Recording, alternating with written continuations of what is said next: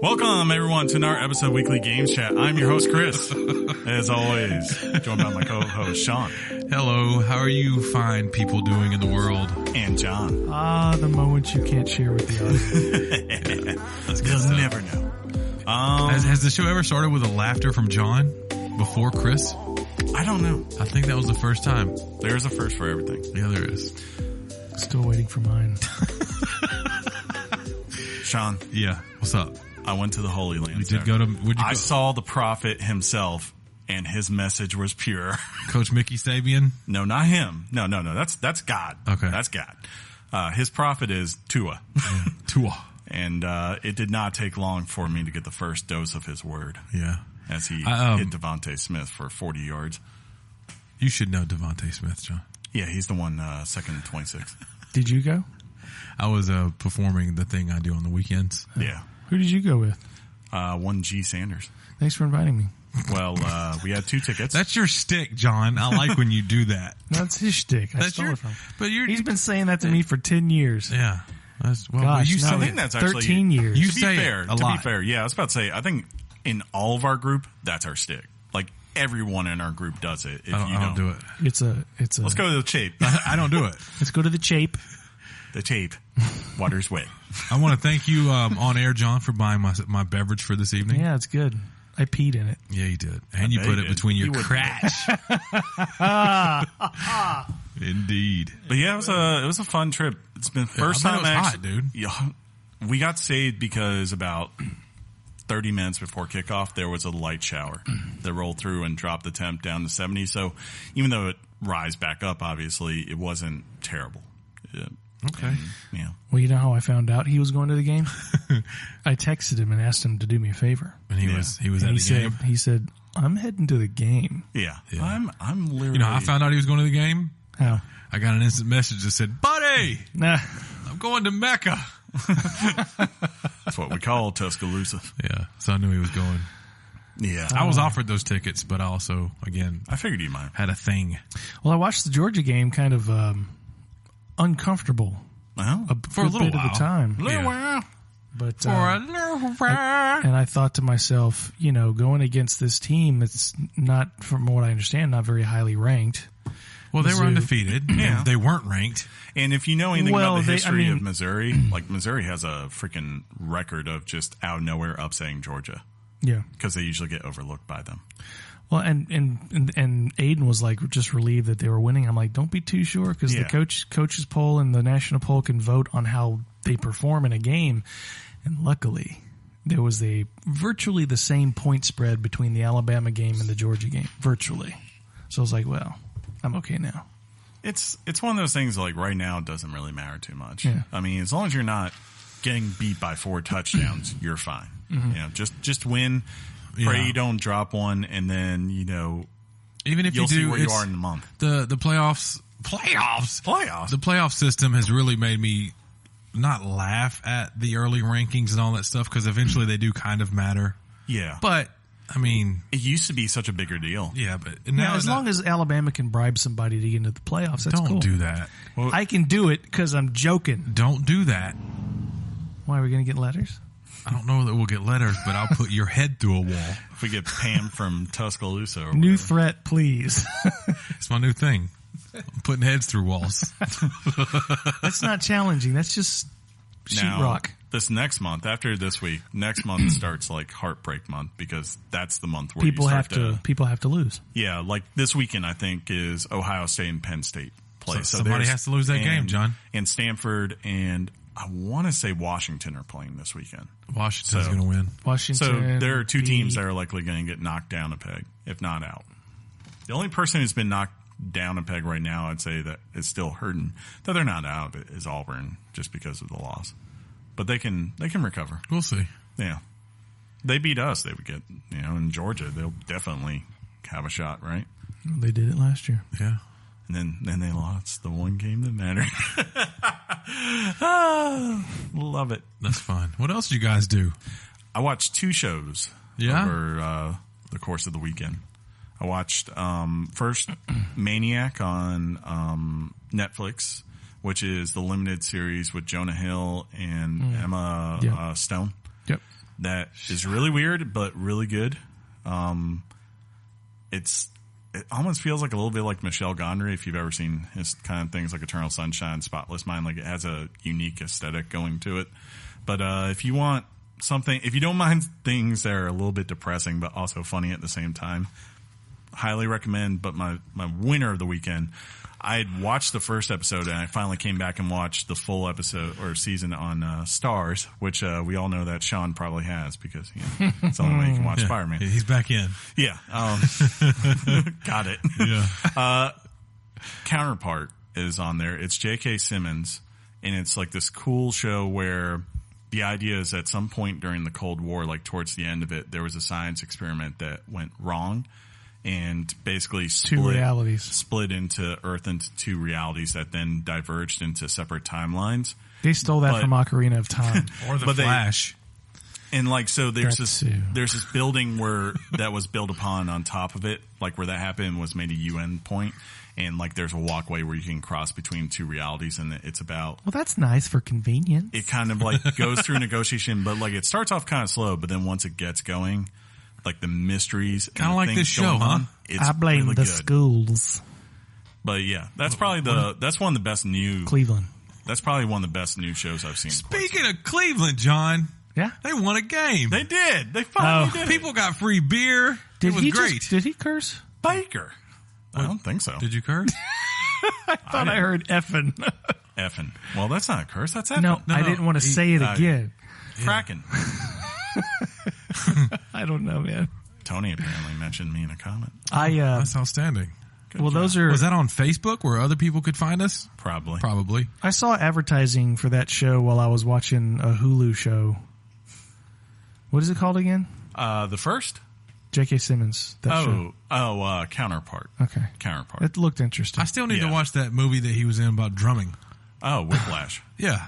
That's a really good movie, too. It was pretty good. He was also Very in good. Spider-Man. He was. It's the guy who... Did you ever watch La La Land? No. I didn't know if you watched it with your Yeah, wife. watch that crap. You know I didn't watch that movie. Well, that's his first movie. Is the director's first movie. Is that.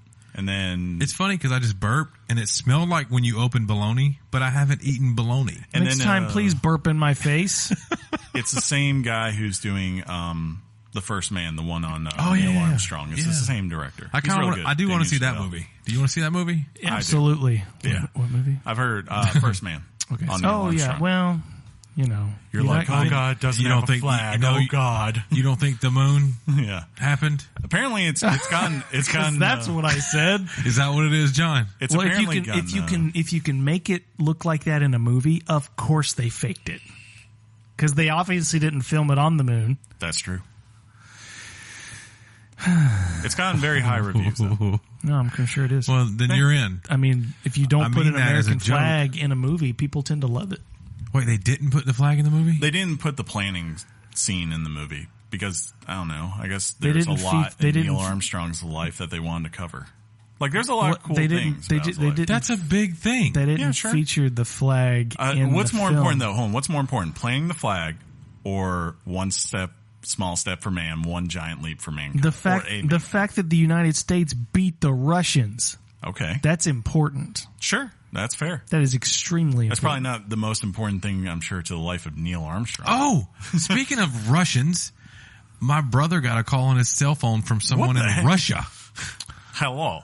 He didn't Hello. answer. Would Then you he like called some back. He vodka? called back and nothing happened. Nice. That's the end of the story. Okay. That's probably a smart move. Yeah. I was Hey. like, dude, don't call Russia. But this weekend, What? We're calling Russia? I texted Chris and I said I need some help Oh. Oh, yeah. Oh, yeah. because I read online, and you know how that goes. That let me backpedal. This has to do with my wife's Diablo sale. Your wife.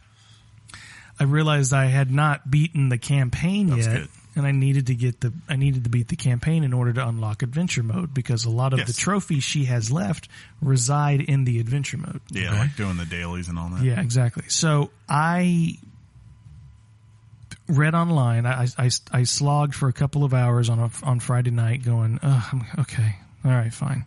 So I looked it up and said, is there a way to do this easier? And I read that if you link up with somebody like Chris, who has or you or who has the characters and stuff, and you just jump in with that guy, and they beat Malthus, the Reaper of Souls guy, it immediately unlocks adventure mode for you. So, Shaun, I didn't realize you had beaten the game. Okay, all right. I'm so not you're making me feel guilty for no reason. Well, you just never call me to play video games. I call you all the time. You just asleep. No, you lie out loud on microphones where people I don't can call hear you it. that much. I call you more than you call me. You think so? Yeah. You Let's sure? have an on-air riff. No. Let's do it. I don't want to. So But- I text Chris and ask him for a favor, and he goes, I'm at the Alabama game. So I go, all right. So I played 6 hours of Diablo 3, and I beat that whole campaign that weekend. It's not, I mean, it doesn't take that long. It does. Especially once you've leveled up. It gets extremely boring if you're trying to play it. On regular? No. It gets extremely boring if you're trying to play it without personalizing the character. Sure. Or going on side missions. Or skipping through cutscenes because you don't want to. I almost upgraded Paragon levels and stuff like that. And she goes, "Don't do that." Like, what are you talking about? Because if you do that, I can't go in and change it. So basically, that means I wanted to make sure that I am, doing the game without really manipulating the game, so that she can still have the game to do what she wants with it. But anyway, that's what I did. Cool. I finally beat Tomb Raider. So enjoy. I think so. I think overall it was a really great experience. You mean the Tomb Raider what you guys talked about last week? Yeah, I finished it. I'll probably And now I'm trying to finish Spider-Man now. So fun. Still. I had a couple of friends who finished that this week. Tomb Raider? Spider-Man. Speederman, yeah. I'm trying. I think that's going to be my goal because I kind of took a break from Shadow to focus on what we were talking about here because I really had to take a break from that because of Spider-Man and Shadow Tomb Raider, right? So now my goal is to go back and you gotta go back. I gotta go back and focus on that because after that, pretty much next Friday, you're done. Next Friday, it starts to. It's going to be. Yeah, I'm trying to enjoy these 2 weeks while I got. Or I guess Tuesday, a week from today, because that's when Forza will be out on Xbox Game Pass. Pass. Yeah. Power of 95 billion teraflops. If you've got an Xbox One X. Yes. You gonna play Forza with us, Sean? But you love Forza 3. We went all over Australia together. Remember? He's slowly remembering. I need to ask. You can see his eyes, and it's coming back, and there's starting to get a twinkle in there. I need to ask because I believe the whole entire thing with the Xbox is, of course, like anything that's exclusive to them is play anywhere, right? So I need to ask Mike if he wants to get Game Pass and come back too. Because he had a blast playing that game too. He doesn't have an Xbox anymore. I wouldn't do that. He could play it on his PC, is what I'm saying. He traded that in too because he traded his PC in? Because it had to do with Xbox. Oh, okay. But we'll see. Shaun, you got anything? Let's wrap this up. I don't got anything. You had a gig and that was it? Tell me about your gig. It was good. It was, I played at a new place, which I like to do. Yeah. It was a wedding, so I love those coming together. But this place was a hot box. It was a nice venue. I'll show you pictures and whatnot, but it was if you were inside, but it didn't have air conditioner and it had like doors you open to let the outside air come in. It was very humid. Were you so sweaty? Dude, it was ridiculous how sweaty I was. How sweaty were you? So sweaty. Could I wring your shirt into my mouth? I did. I actually wringed my shirt out when I got home. How much did you, we're not going to assume alcohol. We're just going to say, how much did you think? We really didn't drink that much. But I drank like 5 waters, 2 Powerades, and maybe a glass of tea and a Red Bull. While I was sitting up there, I never peed. While I was sitting up high, and I mean, it was a requirement after it did start to warm up. I had 2 sodas and a bottled water. 2 soda paps? Isn't that gross to think about? You didn't pee. But all that came in. Yeah. It all came out of your pores. You peed out of your pores. That's not true because I know it's not true. John, because I get it, but it's John. You just ruined the bit. I know. That was intentional. I'd be willing to bet. Like when I left the place we pre-gamed at, we didn't go to Houndstooth because that was way too. That was way too packed. I can't remember the name of the It's place. just so funny Red that something. when I say pregame means totally different than what he just meaned. But He meaned. but anyways, I want to say I was. Hey, grammar. Let's put it this way: I was starting to feel buzzed. Like probably the best thing I could have done to really keep it up would have been to grab a beer for walking, but I didn't do that. Chris, buzz driving is drunk driving. I was walking. Oh, Buzz walking. Anyway, buzz walking. But by the time like I gotten up to our seats and everything like that, and definitely after the first quarter, it had been whatever I drank was already sweated out of me. Yeah. Do you guys, either of you, when you drink a beer and you do start to get a buzz but then stop, do you guys get headaches? Every now and then, I do. I don't know what that is. It's dehydration. Yeah. I don't like how you say dehydration. I got to be honest. I want to punch you in the throat when you say dehydration. You don't want to throw my head through a wall? This I want to particularly punch you in the throat. Jeez. Ouch. Because of how I say dehydration. You said it better that time. Yeah. First time you said dehydration. Dehydration? Oh, there it is again. Dehydration. I'm seeing red, John. Ooh. I'm seeing red. That's funny. Speaking of seeing red, you ready to see some buckets? there's a bunch of red right there on that screen because that's our voices. That is our voices. It's crazy, right? Yeah. John, your voice goes from there to here to there and stuff. That's interesting. It is. You ready to talk about some stuff? Yeah. You can go check out. I already know what's going to happen in this conversation. Just so much checking out. Oh, just go ahead and power on through, Chris. Yeah, let's take it to the topic. Topic time.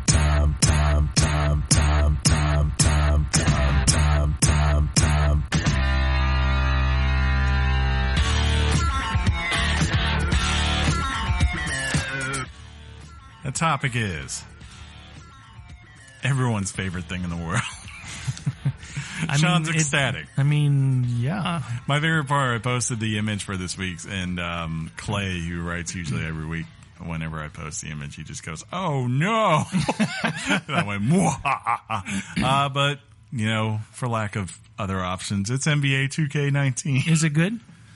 Yeah. I mean, it's always good. There was a VR game that came out that I wanted to play with a friend of the show, Jeff. Oh, it was called. Could do it next week. It's not Fireteam Bravo, but it's in the vein of that. It's actually out, and we can't believe it. And I was thinking, I saw it today, and I was like, man, this could have been the topic. But like you said, maybe next week, huh? Well, I mean, in fairness, I've known Chris a long time. Yeah. And one thing I've known about him, he never really truly commits to a game like he does. The way he commits to NBA 2K. Yeah. Year in, year out. For sure. Exactly. Yeah, I mean, he's going to buy that game virtually every year, barring a 20 on Metacritic. You know what I mean? It would take a lot for you not to buy it. For sure. It would probably be more likely that I would buy it and be like, this is garbage. And then the next year it'd be like, I have to wait. And my final question of this segment will be...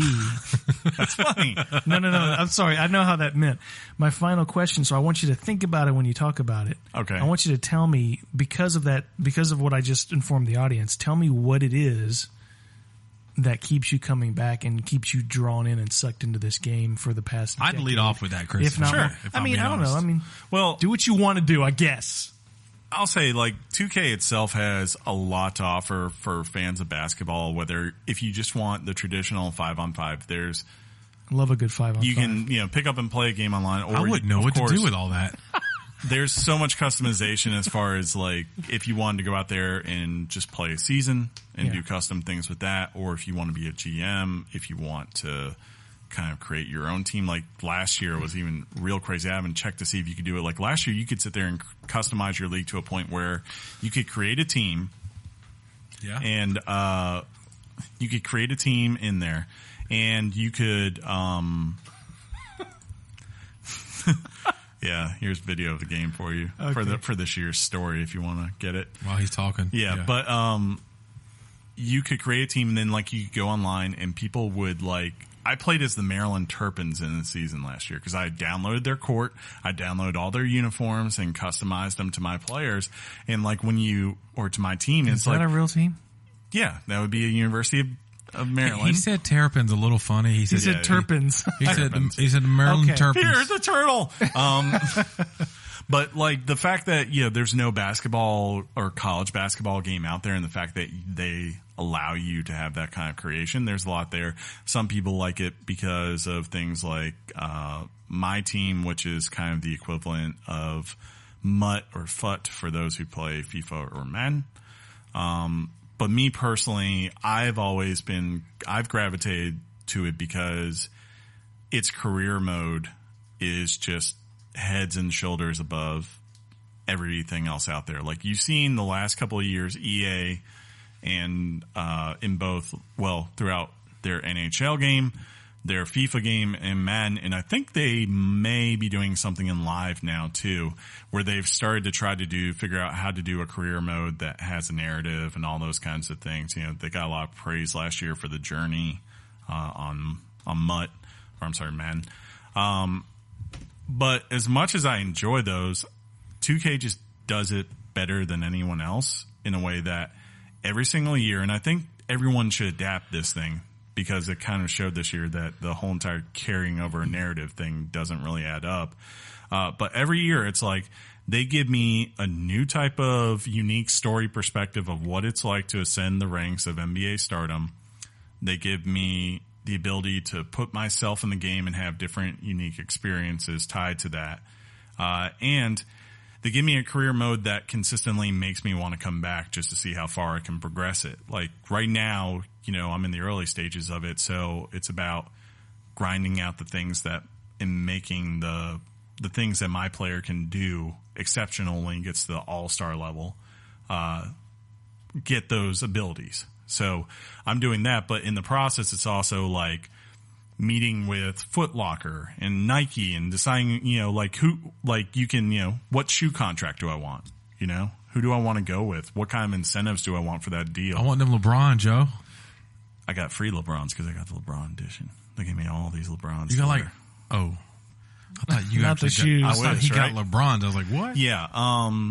And they give you, I have a deal with Gatorade right now, for certain things. And, as you eventually get to a point where like you're getting in the All-Star game and all that kind of talk is coming up in my season right now. I'm number 2 in the voting. Haley Joel Osment. Yeah, there's a lot of people in this year's game. Man needed a job. Ginger Gonzaga, dude. The thing that's crazy. The thing that's crazy about this year is it seems like they took from EA the one thing, which is like they really had a very focused narrative, and instead of making it something that played out the course of the first couple seasons of your career, which is the way they usually do it, they instead kind of combine the majority of it into what is known as the prelude, which is this part when you're in China, and then like your first year when you're in the G League, when you come back stateside. And as such, they were able to go out there and get a lot of pretty decent voice actors and players to be in this. Like Anthony Mackie from freaking Avengers is in this game. Old Falcon. Blake Jenner, who I know from, he was like in probably the biggest thing most people will know him from is Edge of 17. He was the main guy from that. There's Michael Rappaport, Rob Hubel, who's from Upright Citizens Brigade, is fame is like your head coach in it. There's I cannot remember the guy, but he played Voodoo Tatum on Friday Night Lights, and he plays kind of your main adversary / friend in this one. And it just does a good job of, one, taking, for those who don't like the narrative part of this and they just want to build their character and their career, it's focusing all that story stuff into about a 4-hour window at the very beginning where you can skip all of it if you want. But for the rest of us, it's giving us a really realistically defined story to watch and play out and give a different perspective of what it's like to be in the NBA. So last year, they kind of went with a more jokey setup. You're this guy, DJ. You had this kind of cliche sidekick that was this woman that was just almost annoying at times because of the way she behaved. She was just like, larger than life character.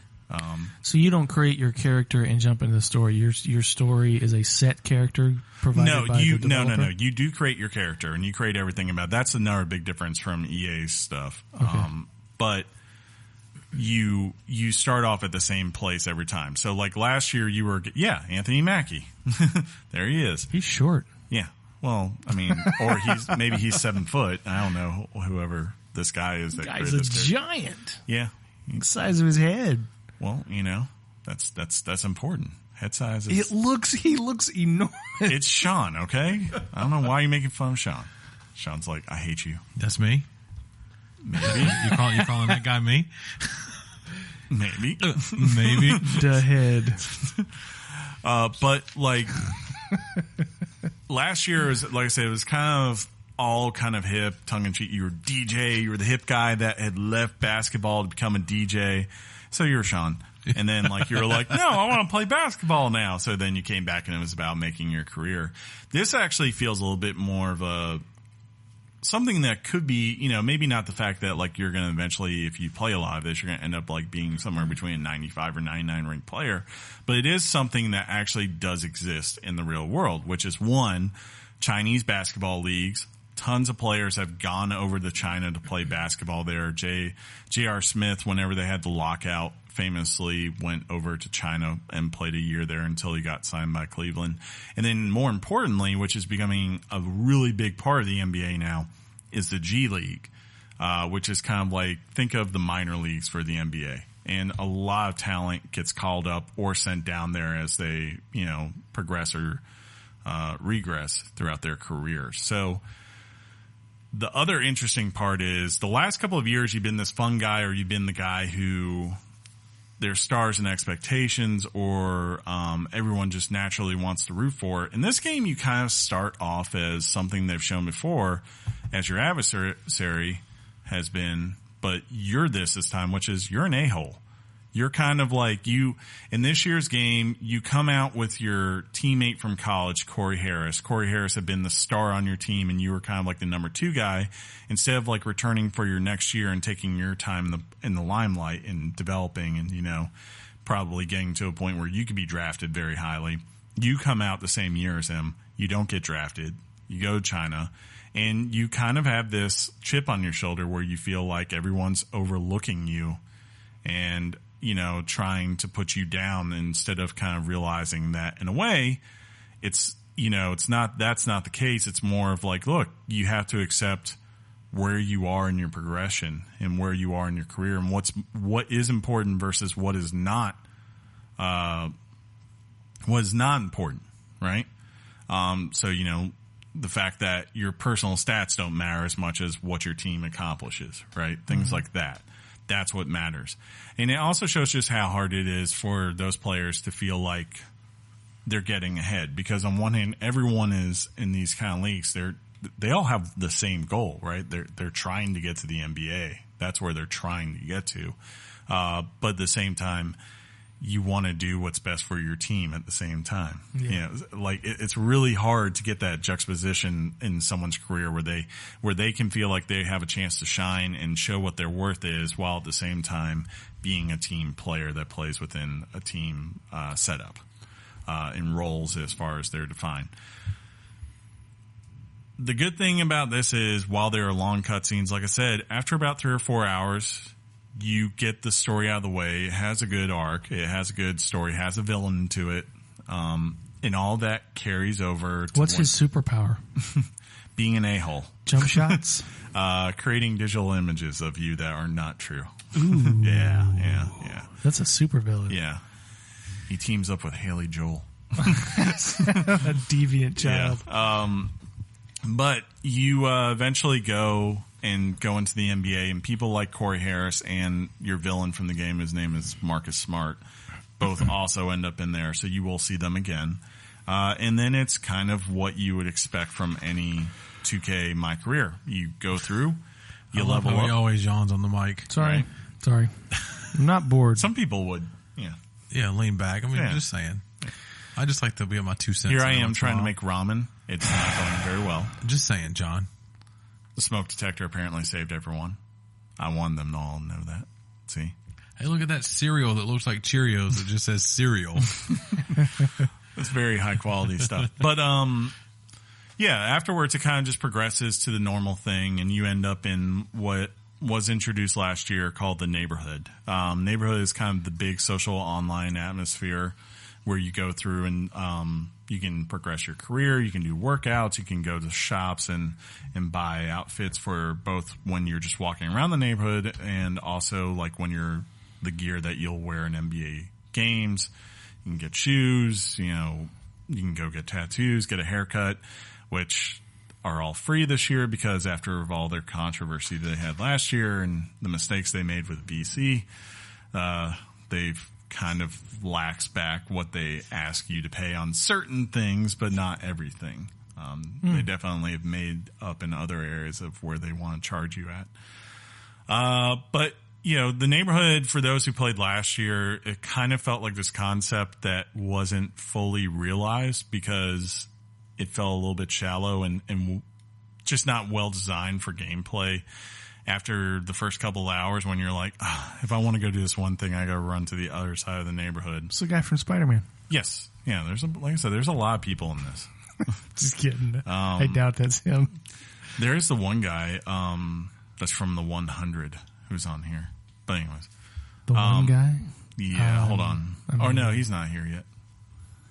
Yeah, we'll get there eventually. Final season on Netflix. Yeah. Thunder. Da-na-na-na-na-na-na. But yeah, you get to pick whatever team you want to go to, negotiate a deal, and you kind of just go about it. I've enjoyed it a good bit because they've taken a lot of the legacy issues that kind of came up last year that people were complaining about, and they seem to have at least addressed them. Mm-hmm. Right? The big problem that came up last year was that they did this whole entire Road to 99 thing. 9? Right? And what does that mean? So they took career, like before like career progression in my career was kind of like the idea has always been the same. You get to level 85 and then you have to do certain things to increase the level cap before you can buy the abilities with your VC, right? Mm-hmm. And that way people can't just like pay to win all the way to 99. It would be like you have to put in your work in order to get there.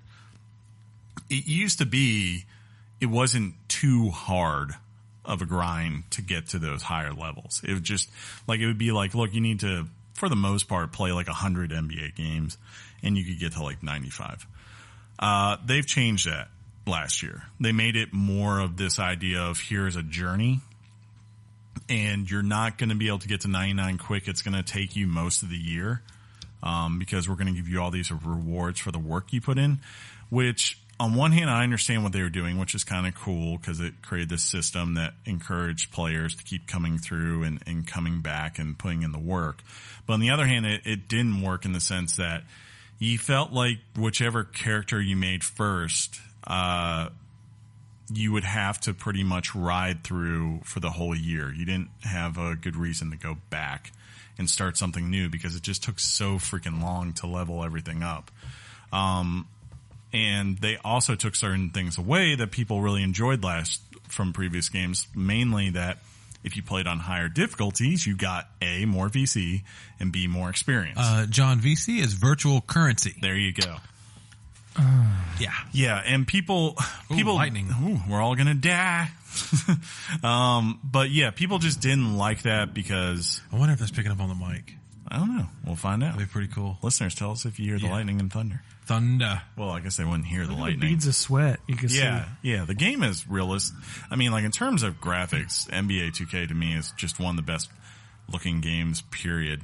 Year in, year out. Especially when you think like it's running at 60 frames per second now. Consistently? Yeah, in 4K. Wow. It looks beautiful in 4K. Look, now I'm going to dunk on my boy. Boom. Yeah, you just cross over to Steph Curry and dunked on. I'm kind of getting on old Corey. We're watching story mode on YouTube, I guess. Yeah. So I'm kind of getting sucked in. Yeah, it does a good job of being a good sports narrative. This is definitely one of the better stories they've done in recent years, I think. Did you choose to help Corey up or no? I did. I'm always a nice guy. How'd that turn out? Well, in the end, you're still kind of a D to him after this is all done because you still got ego. He's all like, look at all these things you did. And he's going to be like, oh, you know. He's like, yeah, man, good job. Dude, it's almost, see, like you say, it's almost there. It's close. And he's like, what do you mean I'm almost close? I just dunked. You know, see, you're this guy. You're Shaun. I'm kidding. That's funny. But, yeah, like the grind last year was really bad. They've made adjustments. They've brought back the difficulty boost. So like now if you play on the higher difficulties, you have an incentive to do it, which makes it a lot more easier leveling, because last year when I was trying to grind my badges all the way up to the higher levels, I wanted to pull my hair out, because it was the only way to get enough VC that it made it justifiable was to put on the easier difficulties. Shaun, VC is virtual currency. Not in that sentence. Or I shouldn't say VC. The VC didn't matter, because VC payout last year was atrocious. But no, like the experience I would get for building my level cap, like, and my badge caps on each thing, there was no reason to play at high difficulties, because if like I was trying to level my tier drop, hitting a tier drop on high difficulty at a whim is near impossible. You know, you have to have the right setup in those instances to do it, versus when you're on the lower difficulties, as long as it's somewhat open and you just know how to time it. You know, okay, got it, go. But this year, you know, I've been playing on All-Star, and I felt like I've been consistently rewarded. It took me pretty much to December last year to get to level 90. I'm level 89 right now. So I'm already knocking on the door. You know, so it definitely feels like they've understood, like, hey, we understand you don't want things that feel like you're handicapped completely, but at the same time, they've definitely not made it in a way where someone could easily go out there and level up to like 99 within a month. You know, I think it will still be a thing where those higher difficulties will require work on the user to get there, while also making it something where you feel like you can be an all-star level pretty quickly if you put your work in. You know, I'm almost halfway through my first season, and I'm 89. I'll probably be at least a 90 by the end of the year, maybe even, depending on how it goes, maybe close to 91. What's the cap? 99. It's always 99. And like before, it took so many seasons to get to the higher levels. And it got to a point where I just didn't, because of the fact, like, but again, you got there. I got to 95 overall. Yeah. Oh, okay. That's where I got to. That was when I quit. But, you know, I would have loved to have seen what the game was like at 99 and see if I could play on Hall of Fame difficulty and all that kind of stuff at that point and execute well. But we'll see. Oh yeah, this is in here too. This is crazy. This is a shout out they put in the game. And it also kind of gives you a good idea of just how far NBA 2K has progressed over the last 10 years. There's an arcade in the game. There's an arcade version of like what had to be the equivalent of probably like 2K10 in here. You actually get to play it? Yeah, watch this. They'll show you. This is like jumping into Crash Bandicoot and Uncharted. Yes, okay. It is definitely in that vein. And there's like certain things you just can't do that you're like, you take for granted now, and you're like, oh yeah, that didn't used to be in here. Like, you can't set a screen in this. See, John, setting a screen is... Tell me. Enlighten me. But so far, also looks like they made a lot of good improvements to the AI and just the mechanics of the game. Last year, people complained that was way too easy to drive as a slasher.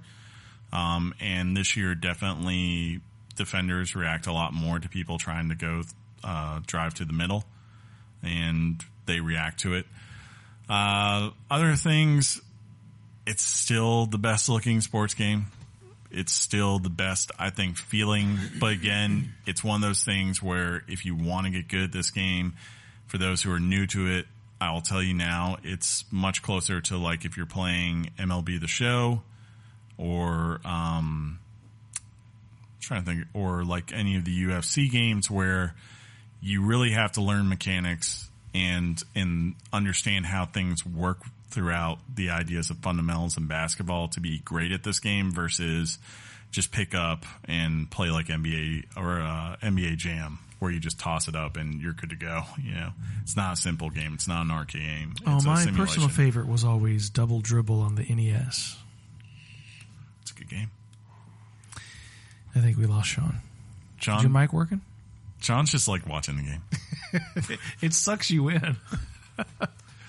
But I want to know more. I don't now. I want to feel his pain. Now, of course, the big controversy with this series, and I feel like it unfairly gets it more than any other series out there. I'm like, they're not the only one doing it, guys. Let's be honest to that. I mean, it's cool to criticize them, is though it's the VC purchases. Virtual currency? Yeah, Okay. like the fact that you can buy currency, you can level yourself up to 85, just by buying currency if you want. And people will say that it's designed in a way where, it's enticing you to pay for certain things if you want them now. I honestly find that once you get going, It's hard to stop. yeah, well, I mean, I can't speak like I come in from a pure perspective because I got the Hall of Fame edition. They gave me $100K VC with the game. So I'd leveled myself up already to like level, I want to say 75 by the time I actually started.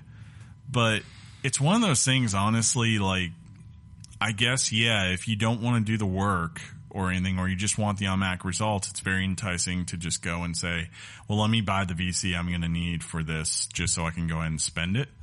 But I've already hit my maxes just by playing the game naturally. And you're so good. Like I saved my money. Like maybe it's because I'm not too enticed by the buying of things right away. Like I'll wait to buy like the clothes and the accessories. You're a fiscal conservative. I am. I'm very fiscal and conservative when it comes to things. Just like, when I played Fortnite, it wasn't too often that I would go out there and buy the skins there in the game. I'd rather just earn the ones they give you and go from there. When you say buy skins, do you ever feel like you're Buffalo Bill? It puts the lotion on skin. You see, Sean, Buffalo Bill is a character from Silence of the Lambs. Would you?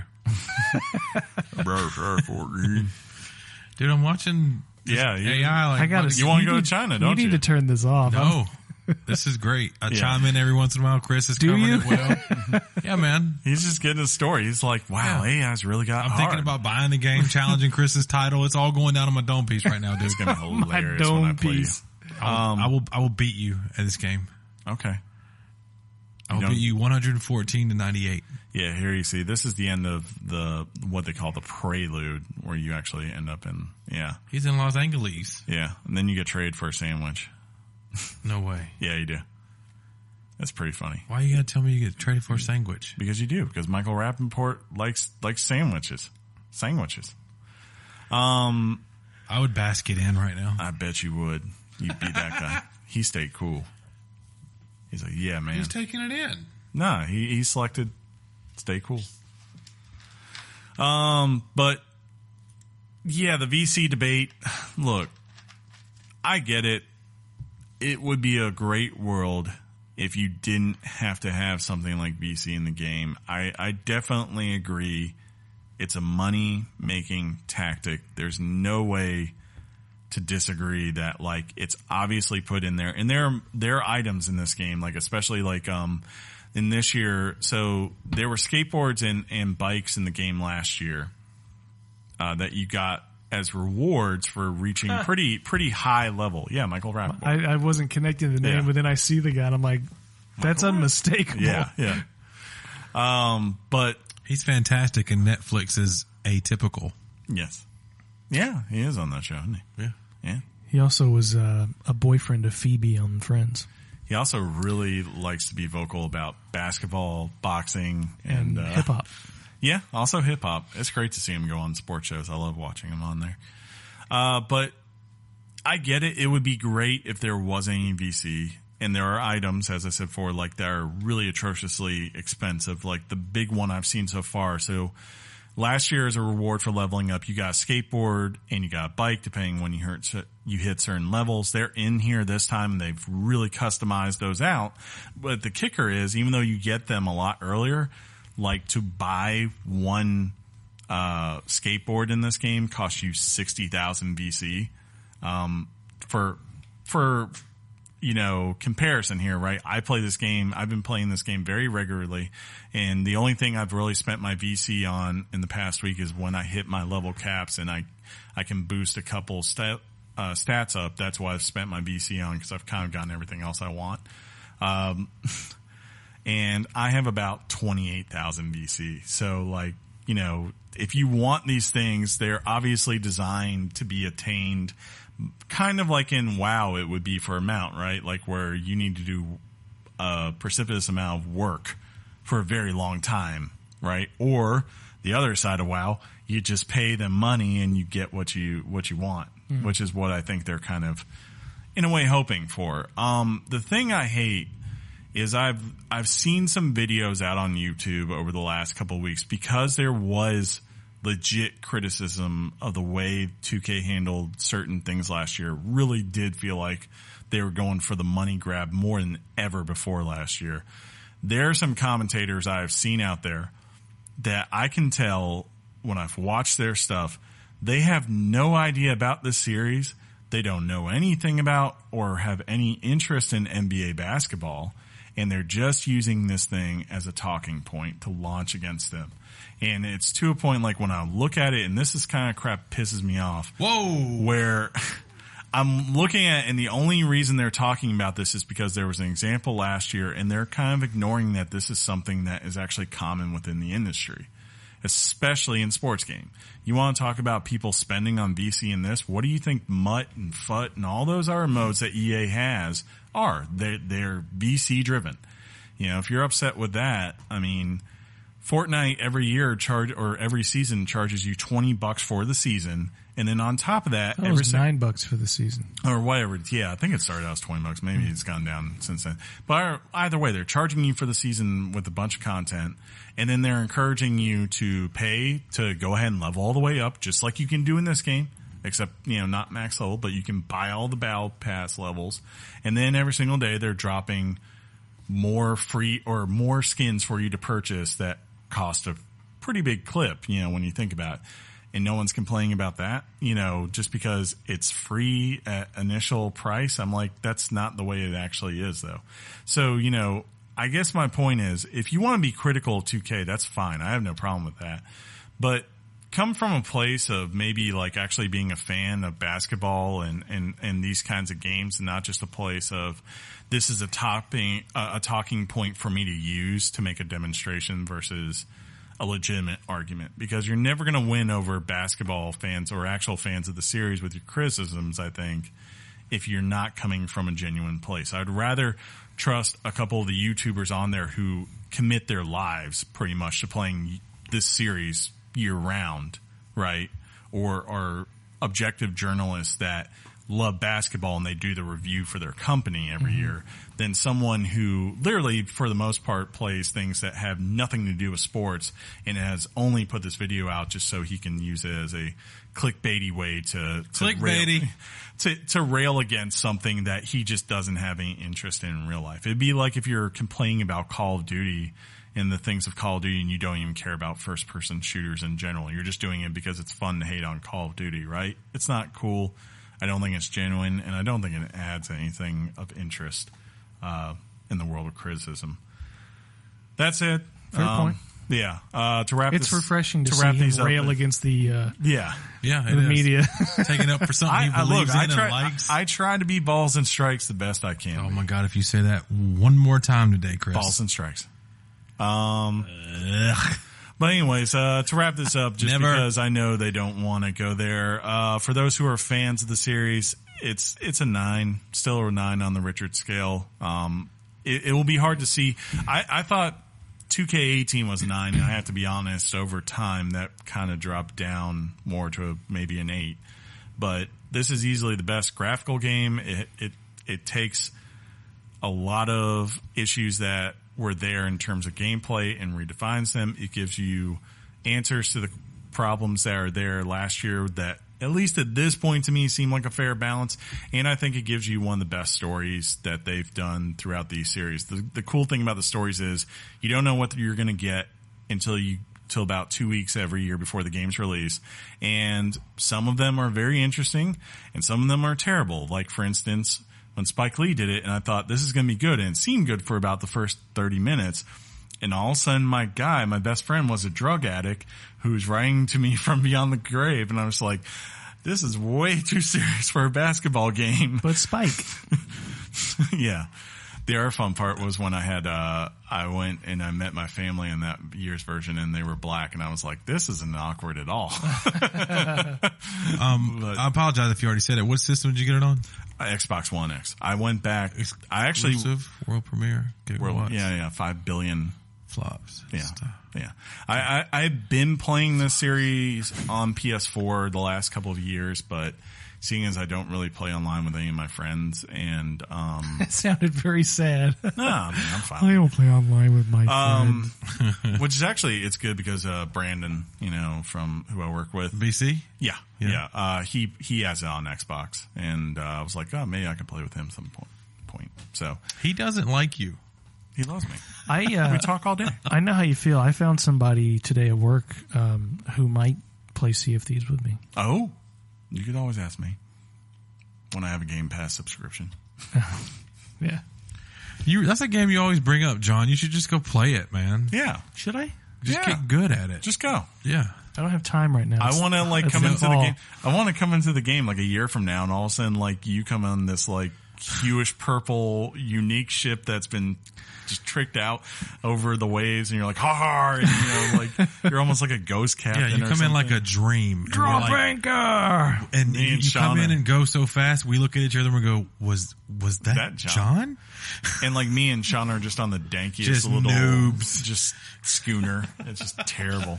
Long John Dinglewood. Dinglewood. He likes sausage. Hey, Fridays.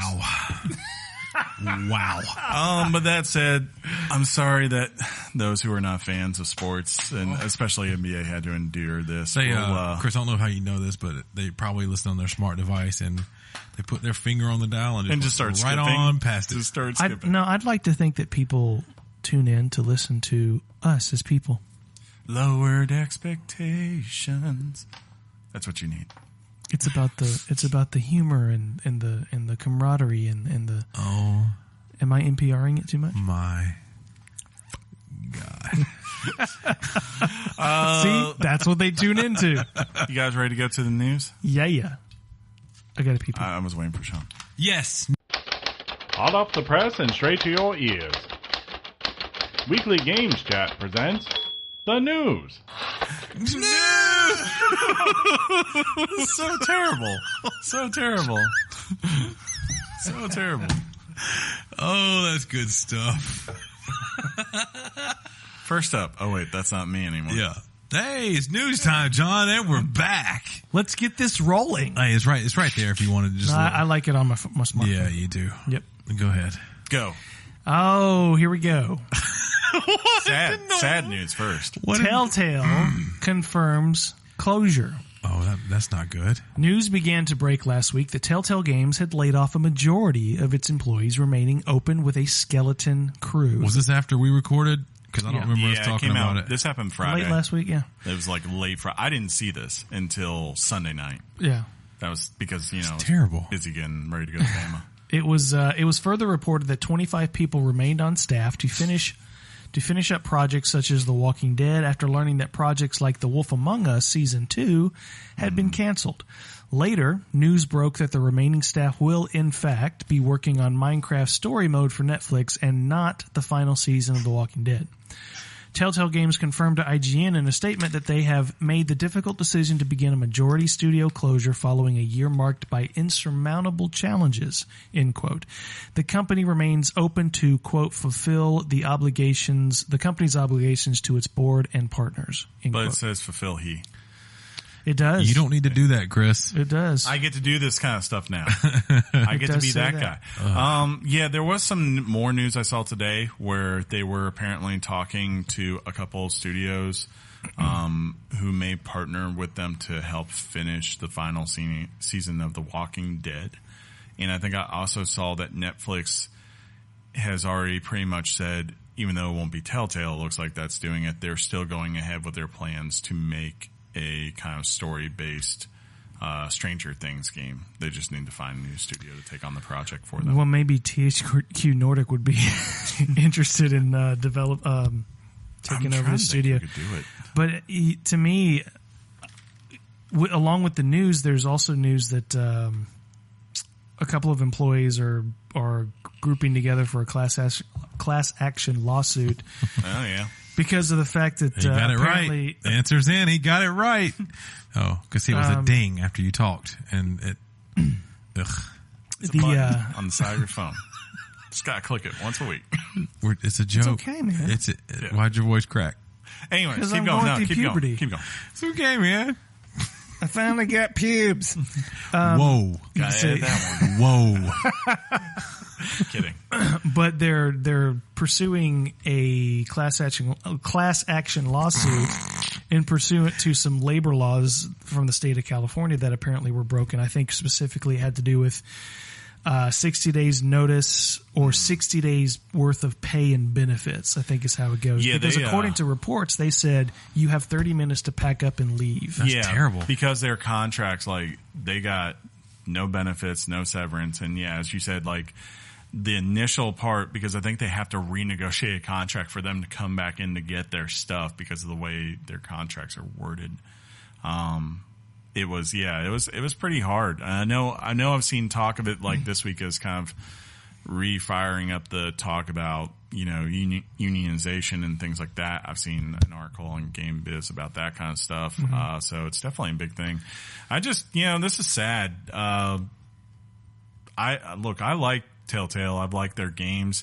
I think if you looked at their history, like, you can see this natural progression where obviously they came out of this place as a big fan of something like Super Monkey Island and all that kind of stuff, and they built something that had kind of died out from the early to mid 90s that was a popular genre, and they brought it back. And at first they kind of did this thing where they were picking really small, or I would say not very financially costing IPs to work with. Like, they made a lot of CSI games. They made games based on Sam & Max, which are, for those who are unfamiliar, that's like a comic book series, kind of like from Dark Horse, I think. And they made cool things like Poker Night, which is just one of the best poker games out there, and did this cool thing where it would take random pop culture characters and put them in. I think like the second one had Claptrap and freaking Ash from Evil Dead and things like that, and they're hilarious to play. But then, like, when Walking Dead came out and hit, it kind of like shifted the way the company did things, right?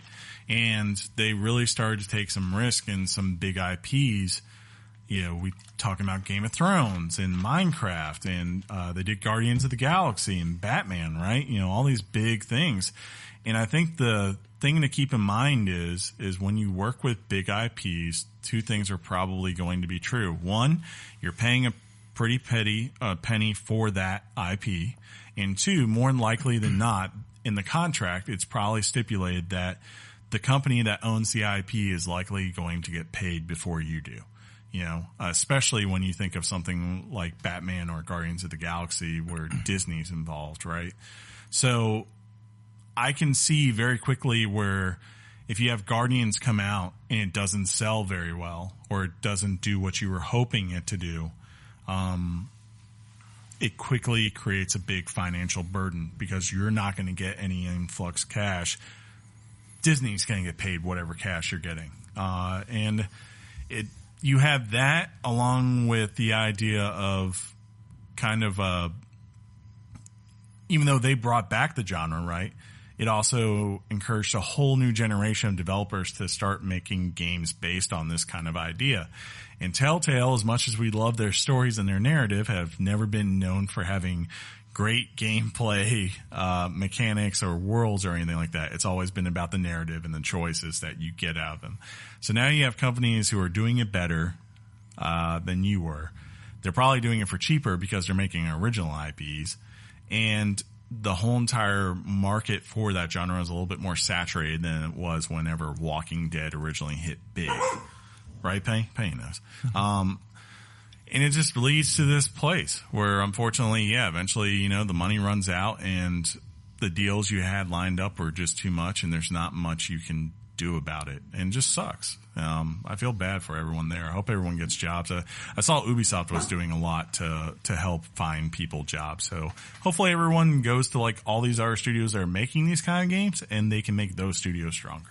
Well, this hell hath frozen over. Yeah. Because, like, I didn't read the article. It's in its entirety, but I can at least agree with the title of the article by Ben Kuchera from Polygon, and that guy I never agree with. He said, Telltale, and I've been hard on Telltale for years. For sure. They refused to innovate. Yeah, they were absolutely not refused. They thought their product was hot and sexy, and they didn't realize that they were a small studio dealing with big IP, and they would not change. You heard Colin Moriarty for years complain about that engine. Yeah. Oh, it's a bad engine. This engine's busted. They finally announced last year or so that they were starting to turn the tide and rebuild that stuff and start from scratch, but it was just too little too late. I just think this is a niche market and it got too big. It's possible. I mean, it's and not, I don't think these products are incredibly good. I never did. You mean Telltale or Telltale's products that they tried? Oh, okay. Yeah. I just don't think they were ever. Did really you play that the good. first season of The Walking Dead? Yeah. I just didn't think it was that great or compelling. I think, like, to me, yeah, it's always been about the narrative part, and I really enjoy The Walking Dead. I also really enjoy. I think their soundest one is the one they did for Tales from the Borderlands, right? That's like, I thought that was going to be terrible because I was like, there's no way they can do these shooting mechanics, and they found a way to actually make it work in their engine. I was like, all right, that's pretty cool. But yeah, like, you take that engine and all these things that at first you're like, wow, this is groundbreaking in this way so much, we'll look past your problems. And then, like I said, you have something like Life is Strange come along, which does play great and feels great, or Firewatch, or Gone Home, or What Remains of Edith Finch. All these games that have started coming out in this genre. And you see them all work perfectly fine. They work well with the worlds that they built, and they deliver just as good, if not at times better, narrative experiences as a Telltale game. And once you get to that, it's like really hard to look past the faults of that Telltale engine anymore. You can't forgive it the same way. You're like, well, if this studio with 25 people can do it, building a whole new game engine and making their own thing that's completely original, why can't you do it with 200 people? That's the fair question to ask of them. So, favorite one with you? Probably Tales from the Borderlands. Shaun, do you have a favorite one? No. Sean's like, check it out again. I mean, I'm not going to say anything ugly. Yeah. Just, y'all covered it. You don't want to kick a man when it's down? Nope. That's fine. No.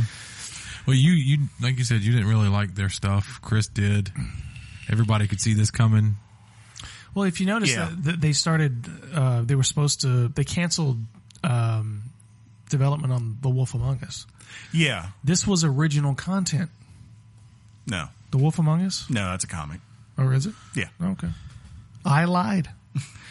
Because my approach was like, this was a more if you focused on churning. It seems like The Wolf Among Us, Tales from the Borderlands, that seemed to be the last bit of content that people really praised. I mean, Batman. These episodes were churning out with 7s. Yeah, well, and churning out with 7s like this, constantly giving people average scores. Yeah. It's not sustainable. I will say the one they thing were doing too much, too many IP. Instead of just, I mean, this is 250 employees that got canned. Sure. Yeah. I think one of the things that I think is unfair to this genre with the episodic thing, I feel for them on this, is like when you look at the ratings of their games, they tend to always rate the episodes and not the overall product in the end, right? And it's like, I feel bad for them because it's like, yeah, you get an episode that is like a 7, and it's not a 7 because it's like literally a part of the game that's a setup, right? Nothing humongous happens in it. It's not exactly the most memorable part of the game. And if we were talking like a regular game, it would just be an hour or two within the story that you're playing versus when you get the context of the full thing, right, you're like, okay, well, there was a reason I needed to go through that because it set up all this. And then Firewatch, I feel bad Firewatch chunks the game out at you. Yeah. Hey, Firewatch is There's amazing. the content. There's the content. Yeah. Everybody loves it. There's Exactly. Gone Home. Everybody loves it. Mm-hmm. If you graded the first act of Gone Home, what would you think of it? Yeah, exactly. Like, You I know? guess that's my point. So like, your point is well said. Yeah, maybe they need to wait on reviewing these. I don't know how to say. Or maybe Telltale, one of the things it could have done different was just stop doing episodes. Do the game. Yeah, I don't know. I mean, we saw Square's changing that up because with Hitman here. Hitman. As Sean would say. Yeah, man. Hitman. Sean. Hitman. What's up next? You don't need to worry about that. Okay. Well, why don't you? I don't have to. You can't. John, what's up next? I'll just go there. He won't do that to me. You're holding the show hostage. PlayStation Classic. Oh. Yeah. What? Sony has announced the PlayStation Classic, if you've not heard yet. The new mini console will come preloaded with 20 classics from the PS1 library, including these amazing titles. Final Fantasy VII, Tekken 3, Wild Arms, Jumping Flash, Ridge Racer, Type 4, and other classic games yet to be announced. Yay. The unit is 45% smaller than the original console and comes with HDMI and USB cables. see, because HDMI is HDMI for all you blockheads out there. Should be USB. Yeah, and HDMI and USB cable. Unfortunately, it will come with the 2 original controllers without analog. And for those of you who had the original PlayStation, you know exactly what a pain that is. But hey, we love the Nintendo controllers that didn't have analog, right? Exactly. Right. The console is set to launch in December. See, because I said December and nobody caught it. December. With limited quantities. Yeah. When this thing cannot be found anywhere, I better hear some criticism from the games media. It'll be interesting. There's going to see. be plenty of these things out there. Really? I hope so. I don't. But is the fanboy in me coming out because I don't feel. So. I'm not sure I want one yet. I'm waiting because when I heard about the mini Nintendos, Chris, I couldn't wait to get one. I saw this and I went.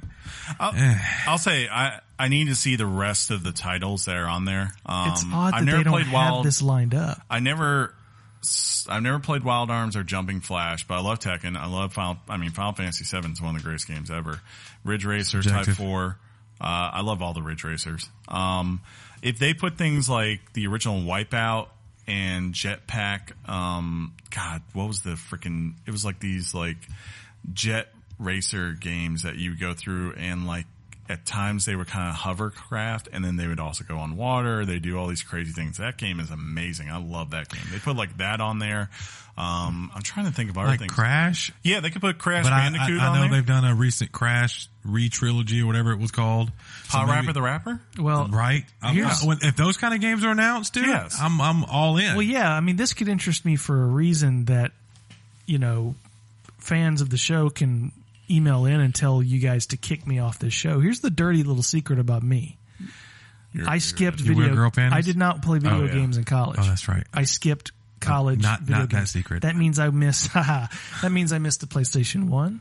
That means I missed the Saturn. That means I missed the PlayStation 2. Did you get the I Dreamcast? missed the Xbox. When did you start college? You went to 98. college? Oh, okay. Well, yeah, I guess that was 2 years in PlayStation. Did you play the Dreamcast? No, I didn't play the Dreamcast. Greatest system ever. Yeah. That's what I hear. Crazy Taxi. So fun. Yeah. I played sporadically games. Like every holiday, I'd go home and I'd play a Zelda game or a Mario game. Shoot. I made sure I got certain titles in, but I was not a gamer in college. Or Siphon Filter. Yeah. All those could be on there, and I'd be like, that's awesome. Especially if the graphics are going to be kind of updated-ish. Sure. And run. Dude, those games, Siphon Filter, Metal Gear, I mean, Crash. I'm in. But no, I absolutely. get the one thing that does again, and I get it. It's probably the price point again, but just kind of like the Nintendo and SNES Classic. Oh my God, die! The piss, the piss point. Yeah. The price point at $100, which I didn't include there for some stupid reason. But it's a little high. Well, newer, a lot newer than SNES Nintendo, or Nintendo, right? Yeah, I think the Super Nintendo Mini is $79. Yeah, the original Nintendo Mini is like $59. Mm-hmm. Yeah, so you're talking so tech is. Yeah, I mean, it would be like if you did an N64. I see what you're saying, and I understand why you're saying it. But in the timeline, it is newer stuff. I don't know. The one big thing I would say though is that's a little disappointing is again there's no online functionality. So one, you can't play with people online, and two, there's not going to be a potential of Did them. PlayStation 1 have an online capability? No, but I mean, like, it would be nice to be able to eventually, like, they'd be like, by the way, we're releasing a season 2 pack or something like that, right? All you need is a USB stick. You plug it in the back.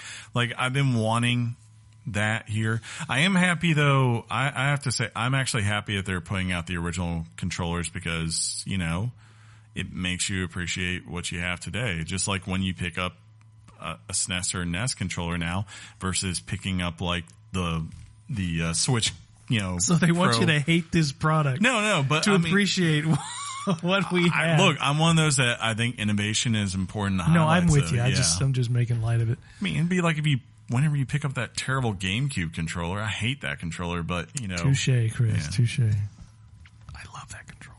Yeah. Or when I pick up the Duke compared to the I've never Xbox 360. put anything in my hands that felt so right. That's not what you told me when we lived together. Other than the GameCube controller. Oh, you mean the one that I own now? Oh. Yeah, it's a sexy little beast, isn't it? Yeah. John, what's next? More powerful than the Xbox. You got to stop doing that before I come across this table. All right. PUBG coming to PS4. Good? Yeah. It could be coming. That is more accurate. PlayerUnknown's Battlegrounds for PlayStation 4 has been cited on a Korean ratings board website, giving to credible speculation Good job. that the game might have a future on the best-selling console. It has been widely known that Bluehole was in talks with Sony to make this happen. Nothing has been officially confirmed. This is a logical next step for PUBG to make it more competitive with Fortnite. It makes sense, right?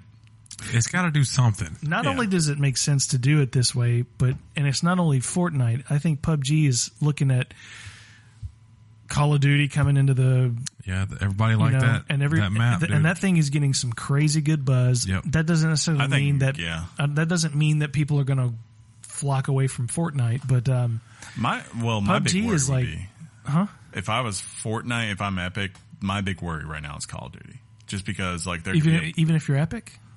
Yeah, that's what I'm saying. If I'm at like PUBG, you know, has this basis on PC, right? Mm-hmm. So I think that's where their home's always going to be. Call of Duty's not really known as a PC game.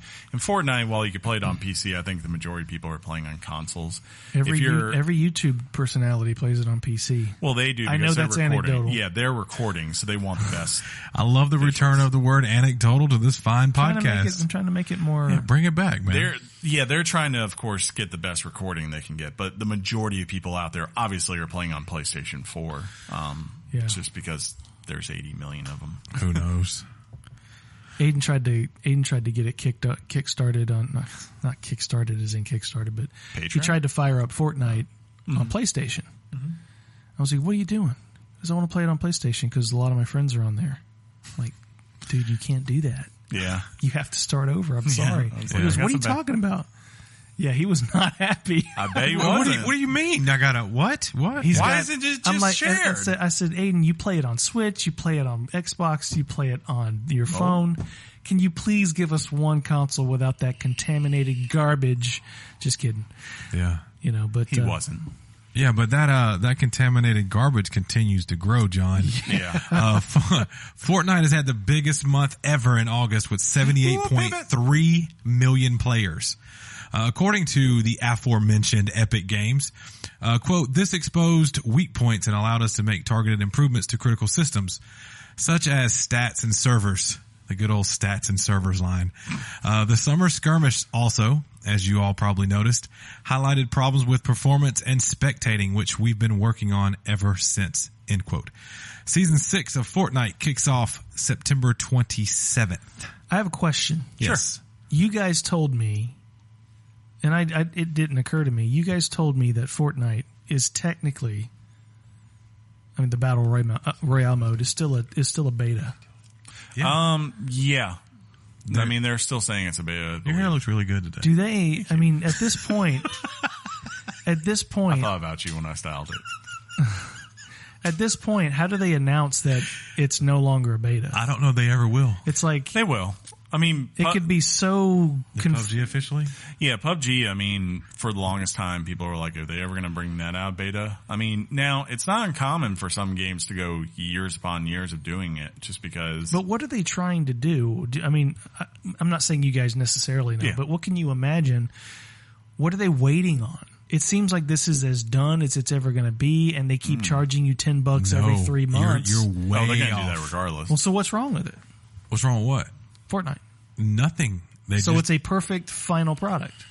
It's an ever evolving product. But they can do that when it's not in beta. I agree with you. But they might want to set... Did it for sound a like I certain didn't date. for a minute? I wonder if they're like waiting for a certain date that they have in mind. You And wanna fight. who knows? They might have certain things that they're like, we want this, and this to be in the final product. To say, like, when this is officially released, that we were offering all these things within Battle Royale itself. To say It's like a that they're- superstitious athlete. You keep Sure. winning games, you don't wash your underwear. Very superstitious. Or some sort of thing like that. You don't wash a certain thing because you keep winning. Writings I feel like on they the feel, it's like wall. almost like they feel if they put it out of beta, it's going to stop making money. I Well, know. we don't want to play it now. It's finished. I find that the best way to keep your winning streak going is not to wash your taint. See, John, a taint is That's just what I do, The grundle. right? 2 weeks. Did we say that on the show last week? I believe so. Or prior to the Or show? we say, you said at some point. At some point you said grundle, and I've never heard of that word. You never heard of the grundle? Never. It's from a movie where he talks about I've been right? saying it. I was saying it prior to the movie, but in Of course, dodgeball. they got it from you. No, I right? didn't say that. In He's like, dodgeball, you You should also put used this to in walk your around and say, if you can dodge a wrench. in Of course. dodgeball, you could dodge a grundle. In dodgeball, the dog wakes him up by licking his Is grundle? his grundle, and he says, oh, not the grundle. So he called it a grundle. Good old grundle. So anyway, Oh, that makes me enough of happy. that. August NPD numbers. Oh, are they released. in? They're in. Oh, Madden NFL 19 is the top selling game for August according to MPD US sales charts, MTD. with Monster Hunter World making a surprising return to the number 2 spot. This year's Madden is the highest launching in sales since Madden NFL 2013. that's crazy. That's to me. good for them. Yeah. So number 1, Madden NFL. Number 2, Monster Hunter. Number 3, Tom Clancy's Rainbow Six: The Siege. Game that game is like slowly turning into the new Grand what Theft. this next one Yeah. is. Number 5, Mario Kart 8. Sorry, I skipped number 4. You did. Grand Theft Auto 5. Number 5, Mario Kart 8. Number 6, Naruto to Boruto Shinobi Striker. I have job. no idea. That makes me happy. Have you ever heard of Naruto? Yeah. Can you just say it again for me? Naruto to Boruto Shinobi Striker. We got to get Darius back on to talk about that. Oh, that's Assuming, so funny. I mean, it looks like something in his wheelhouse. God of War, where are we on? Number 7? Yeah. God of War, number 7. Call of Duty Modern Warfare 2 at number 8. Yeah, I think they put that on backwards compatibility Yep, last that- month. that Oh, makes that's sense. right. That's Yeah. right. And The Legend of Zelda Breath of the Wild at number 9, followed, rounding out the top 10, Super Mario Odyssey. I guess it makes a little bit of sense with Monster Hunter because they released all that content, and then Yeah. it actually released on the PC. It kind of, to Yeah, me, just makes a shows lot that of the sense. only... Yeah, I'm stupid. I look at that list and I go like, so the evidence apparently points to the fact that the only major game that came out in August was Madden NFL 19, just because Yep. there's a lot of things. I guess Naruto is probably new, but, good for them for making it. Was that the only release, really? Yeah, like we play. I mean, there was smaller. I mean, of course, Dead Cells came out then. Yeah, but that The stuff's not Master, gonna I mean, stack yeah, up those to are this. small games. Well, what do They're you all think's going to digital be number sales. 1 this month? Oh, did you just set up a pivot? I'm so proud of you. Speaking of games that sold a lot of copies, John, Spider-Man is taking all the money. Spider-Man has sold 3.3 million copies. Millions! Within the first 3 days of release, making it the fastest selling first-party PlayStation game of all time. According to Sony Global Senior Vice President Stephen Turvey, quote, our expectations are always set at the highest levels, end quote. Ugh. He further went on to praise Insomniac for, quote, bringing Spider-Man back to gaming in a way that you want to experience it, end quote. Shocker. If I'm correct, and I typically am. Yeah, let's face it. Let's face it. I think analysts track my rates like that. I think I average 93.9% right all the time. Let's go to the board. It says Anyway. survey. Anyway, when Horizon Zero Dawn released, Oh, I still need to play that game. yeah, you do. You really do. It became the fastest selling PlayStation game of all time. Yeah. God of War released, it became the fastest selling PlayStation game of all time. Spider-Man, here we are again. They keep beating themselves at their own game, which is a good thing, but it proves to me, and this is not a knock, it proves to me that Naughty Dog is becoming less and less relevant in their catalog. And I say that because Naughty Dog, I think, has made every studio that Sony owns better studios. Yeah, it's fair. I really think that. I think definitely with Santa Monica, you could say that they probably looked at what Last of Us and Uncharted did and said, like, take the time you need. Yeah. Go back to the board and figure out a way to bring this in a way that's going to capture people. And that's not a knock to Naughty Dog. That's Now, that's Insomniac, a compliment to Naughty Dog. They have made these studios better. Now, in this case with Insomniac, of course, a little bit different because they are owned by Sony. But yeah, you're right. That's true. Yeah. So you're saying Naughty Dog did to the Sony people like Tua did to Jalen? Ooh, I think that's right. I watched him Saturday. That was yeah, he did not have a great week. It wasn't a bad week, but it wasn't good either. Yeah. But I tell you, if the new Uncharted game releases simultaneously with Horizon Zero Dawn, what do you think I'm getting? I'm getting Horizon Zero Dawn. You say that now with the the benefit of hindsight. No, hindsight would come They're after. two very different. 2020. Here's the question, though. Okay, so No, I really think. Okay, you're right. That could change, but I really think that's where I would be. here's I really think it is. I don't here's know. the question I have now is I definitely don't think Days Gone is going to beat this when it comes out in February. I'm sure that game will do fine. Yeah. That game But will rock. here's the big I one. hope it's so good.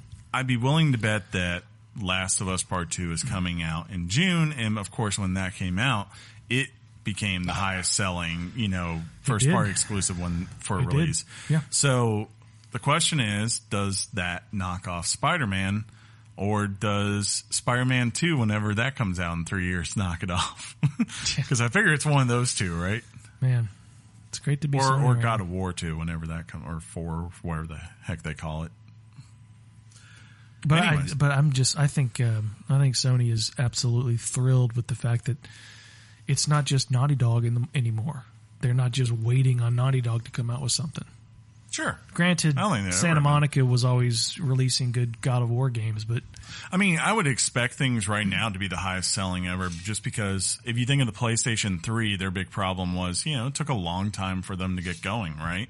So even though Uncharted was always received well, it was on the console where, you had nearly double the market in the U.S. for the other console at the time. Now that's kind of almost switched, right? Maybe not quite double what Xbox has within the U.S. market. Worldwide, yes.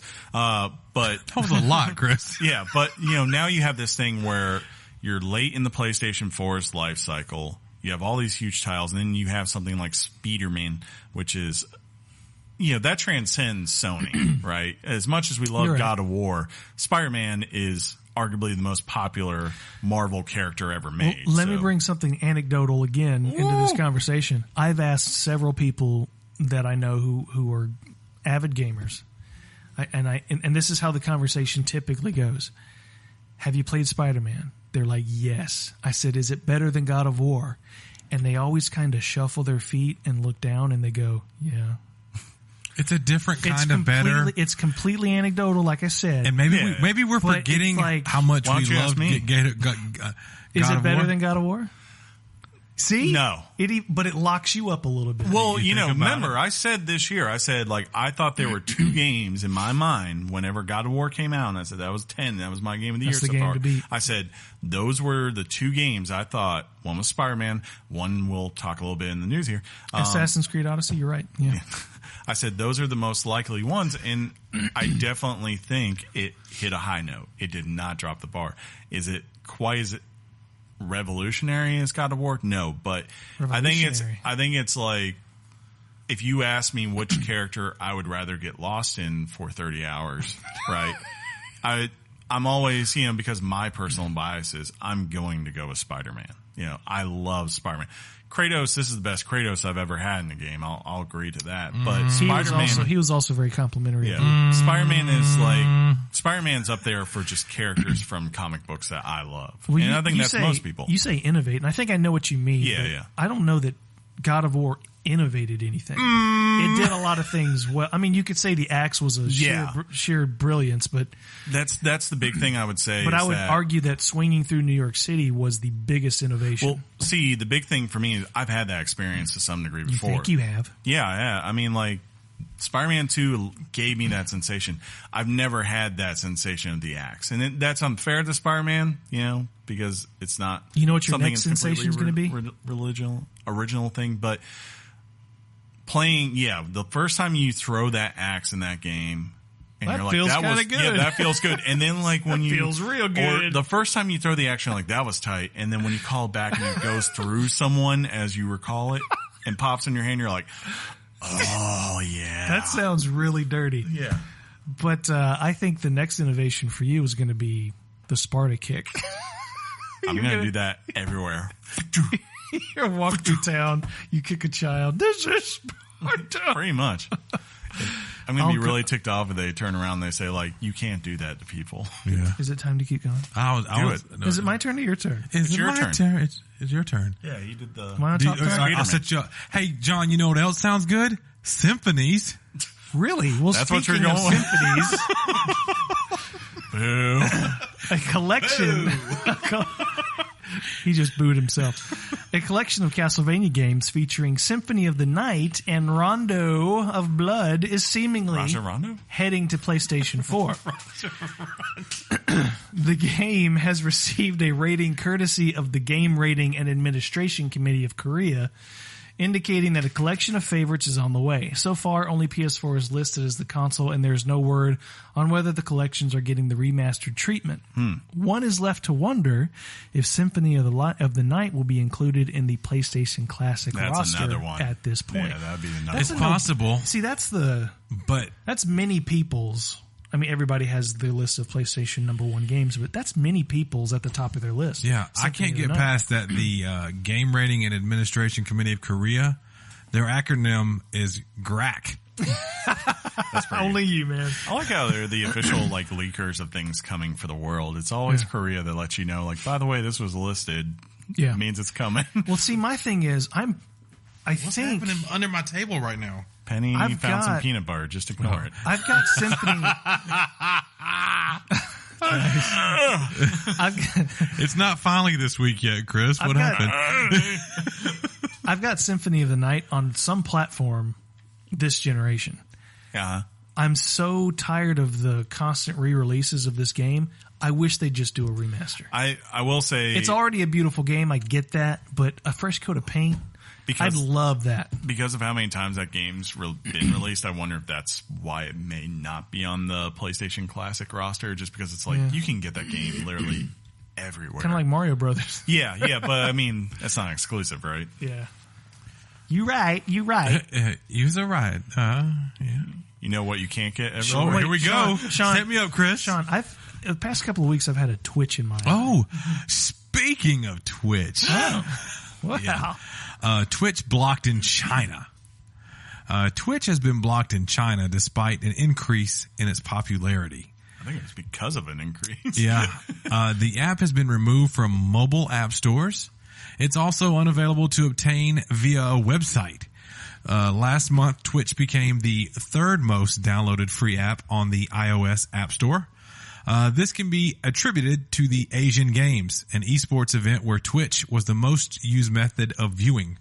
It's been speculated that this is China cracking down on perceived gaming addiction. Thoughts? I'm interested to see what happens. Like, we know with MOBAs, the people of the Asias, they love the MOBAs, right? And I wonder what's going to happen. Next year, the international for Dota is going to Shanghai for the first time ever. They've never gone to the West. I'm wondering what the heck they're going to do when everyone in China wants to watch this and it's broadcasted on Twitch. Like, what is their option here? Because I don't know. This is crazy. Yeah, I mean, I'm not surprised. It's, from my understanding, this is pretty much par for the course for them. Like, they've blocked things, other pretty much big places of opinion and expression when they've gained a lot of notoriety. Just because, that's China, right? So, well, a couple of weeks ago, Casey, friend of the show, called me out for a couple of episodes back. We were talking about something got blocked in Australia, and I went into this tirade about how we really need to appreciate where we live in the United States because that doesn't happen here. So I'm not going to lecture anybody about freedom this time. Oh, freedom isn't free. Takes folks like you, mate. Those commie bears. You know what's also a place of freedom? I feel, hold on. I feel really dead inside. Oh, there you go. Do you feel like purple or blue? Do you want to go online with those feelings? I'm sorry. You don't know where I'm going, do you, Sean? I do, because I was going to let you say, no, I feel Red Dead, you dummy. There was no way to get there. Yeah, because I failed. I didn't. I just like that you're the one that's going to read about this. Yeah. You stupid dummy head. I am not incredibly bright. You're right about that. But apparently he's right 93% of the time, huh? Stupid people are right all the time. Red Dead Online. Rockstar Games has revealed that it will release an online multiplayer. Shocking. I'm in. Online multiplayer component to Red Dead Redemption 2, simply called Red Dead Online. I'm in. The service is set to launch sometime in November of 2018, and the service will take elements of Red Dead's original multiplayer, quote, much further and combine that with everything we've learned in the years since then with our favorite elements from Grand Theft Auto Online, unquote. Goodness. Yeah, wow. In bonus news, it was announced that you can play the entire Red Dead Redemption 2 campaign in first-person mode, even though the game will only sell about 1.5 million copies. What? So this week was like official Red Dead pull back the curtain week. Can I just tell you how gross and obnoxious that was? I mean, it's smart. I haven't seen a single game get covered like that. It was disgusting. They were smart. I mean, that's what they do. They restrict you forever. Like the only other time it wasn't just one feature on Red Dead. It was article after article after article all day long. And that's what gets people thinking, which it's not true, but that's what gets people thinking that the game is rigged. I mean, What do you mean rigged? Elaborate. Pay for good coverage. Are they paying? I mean, like it's not true. I just said that. It's not true. But that's what gets people. But this is what they always do. It's just like, good Lord, guys. If you look at the history of... Give me a feature on Red Dead. Tell me everything you want instead of dropping 2 days worth of articles on Red Dead. No game has a chance when you do that. So you're upset that you're critical of the fact that video game sites might do things to get as many views as possible, or I should say clicks as possible. You didn't see it as a little bit obnoxious? I mean, I took what it was. No. He's going to say no. Look, I mean, I don't want tons and tons of coverage, but I understood it was going to happen because for the first time you gave everyone 2 hours to play around this world. And the only other time that anyone even got to see this game in person was IGN, and I think also GameSpot got invited back around E3 up to their studios to watch them play, not even get to play. But that said, yeah, there was a lot of stuff, man. Everything that was released is just like impressions. I was like, I'm ready for this to get here. We kind of knew Red Dead Online was coming. They casually mentioned it in the pre-order stuff that like Yeah, there I was didn't think it things was coming that soon. Yeah. Now the cool thing, I do like they seem to have said they've learned a little bit, because most people forget, like when GTA Online launched, it had tons of issues. Remember, they had to do the like early player reward system because there were so many broken parts of it, where like you got something like 5 million in GTA cash online for being an early player. So what they've said they're doing this time is that when it launches in November, which I really appreciate that they're doing this, like it launches a month after the game, so you will have time to play the full game before you go online. But like they basically said, until they feel comfortable, they're launching it kind of like a beta. So they're not putting everything that is eventually going to be in there, but obviously they seem to be hinting again that much like with GTA Online, we know that this game the main game is going to have kind of like heist in the equivalent of like gang activities that you go do big missions. And they seem to be hinting that once they do go with the main online, that will be coming in. You'll be able to just group up with all your friends and like, you know, maybe go rob a bank or like, I don't know. Do stuff. Yeah. Go across, you know, the different areas. But the big thing I'm hearing this week, apparently this game is freaking just humongous. Like there are parts of this game that they're like, look, I've seen people were talking like, I've seen all the preview stuff they've released, and they took me to places in this demo I had never seen or even had a hint that they existed. The most important thing though, confirmed, because they're going for realism, every horse has a stallion, has a Richard, right? And the way you know it's a stallion is that there's two little Richards that hang below the big Richard. Apparently, you didn't see that, John? Yeah, that was released too. Beautiful 4K. Oh wait, no, this is important. Just like in real life, and this is true, I can attest to this. If you go to a cold area, the little Richards will lift up into the animal, and then if you go to a warmer area, they will sag down lower, as they do in real life. And just that amount of realism that's in there, I'm like, I didn't need that. I don't need. Well, speaking of realism, I was kind of thought the feature. I think it was thought bubbles that pop up in the game, so you can. It adds a more comedic experience. Did you read about this? Don't think that sounds like a comedic thing. Like, so the idea from what I'm reading is everything in this game, apparently, like the left trigger is the most important thing, because like on one hand, when you got your guns out, it's aiming, right? But like apparently anything in the world, as you're walking around, you don't have your gun out, you just hold down the left trigger and it gives you different interactions you can do. So like if you walk up to your horse and you hold down your horse, really? Right? Like Jesus, and you hold down left trigger, you could pet it, you could brush it, you could, you could give them a treat or whatever. If you're talking do you to give someone, horses treats? Well, yeah. Hey, if you see someone, what's up? Like, carrots. If you see something, it will naturally give you someone, like you can naturally pick a conversation to have with them with no break or whatever. And apparently your choices change depending on, one, your perception around town, and two, more importantly, like how drunk you are and the way you look. Like if you're drunk, obviously you're not going to be a very nice, polite, and well-spoken person versus, Sean, someone else. Are you going to play this game? Probably. Okay, good. Are you going to play this game? I'd love to. We'll play it. That's a no. But I haven't touched Red Dead. You don't need to. It's pretty cool. I didn't play the other one. That's not how I operate. You know that. It's Well, that's not your way. I believe you. I believe you. My brain don't work that way. Well, I have to play It'll the confuse thing you. that came before. It'll confuse you. Well, then start playing it. Yeah. Playing the first game would confuse me. No, I mean, Watch a video. I was gonna say, Yeah. Sorry. with this being a prequel, play this one first, then play the other one. It'll make sense. That's not how it works. You won't be confused. That's not how it works. You won't be confused. Knowing them.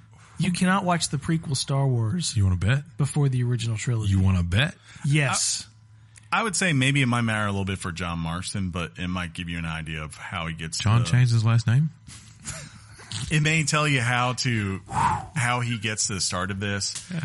But I feel like the events that are in this game is more of like just giving you the context. Like the first game is John really hunting down, not really by choice, members of this gang that are still around for most of it, and it's like years after the events, right?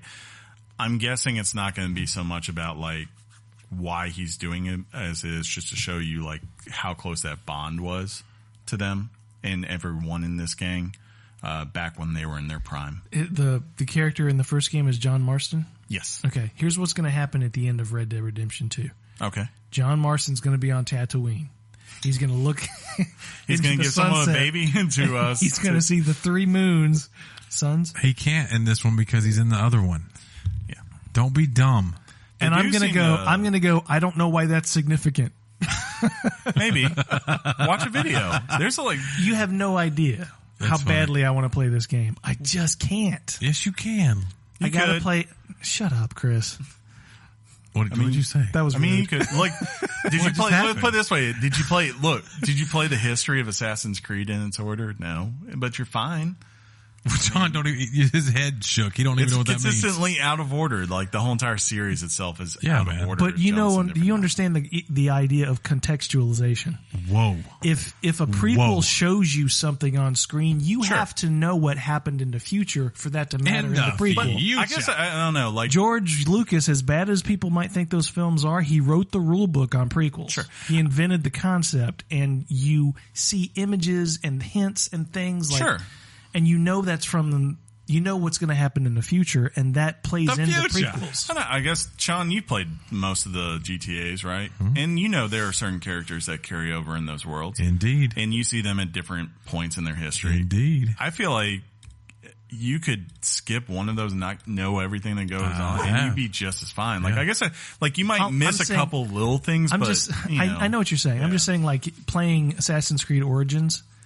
The fact that the first time you see the hook blade, and it cuts off his finger. Mm-hmm. What? That has less significance. Sure, if you didn't play the previous games. But the thing that makes that game great isn't that, right? Of course not. Yeah, and I guess that's why I'd say I'm like, just give it a shot, see if you like it, and then maybe that will give you. I do want to see some horse dong. Exactly, and apparently, you can have.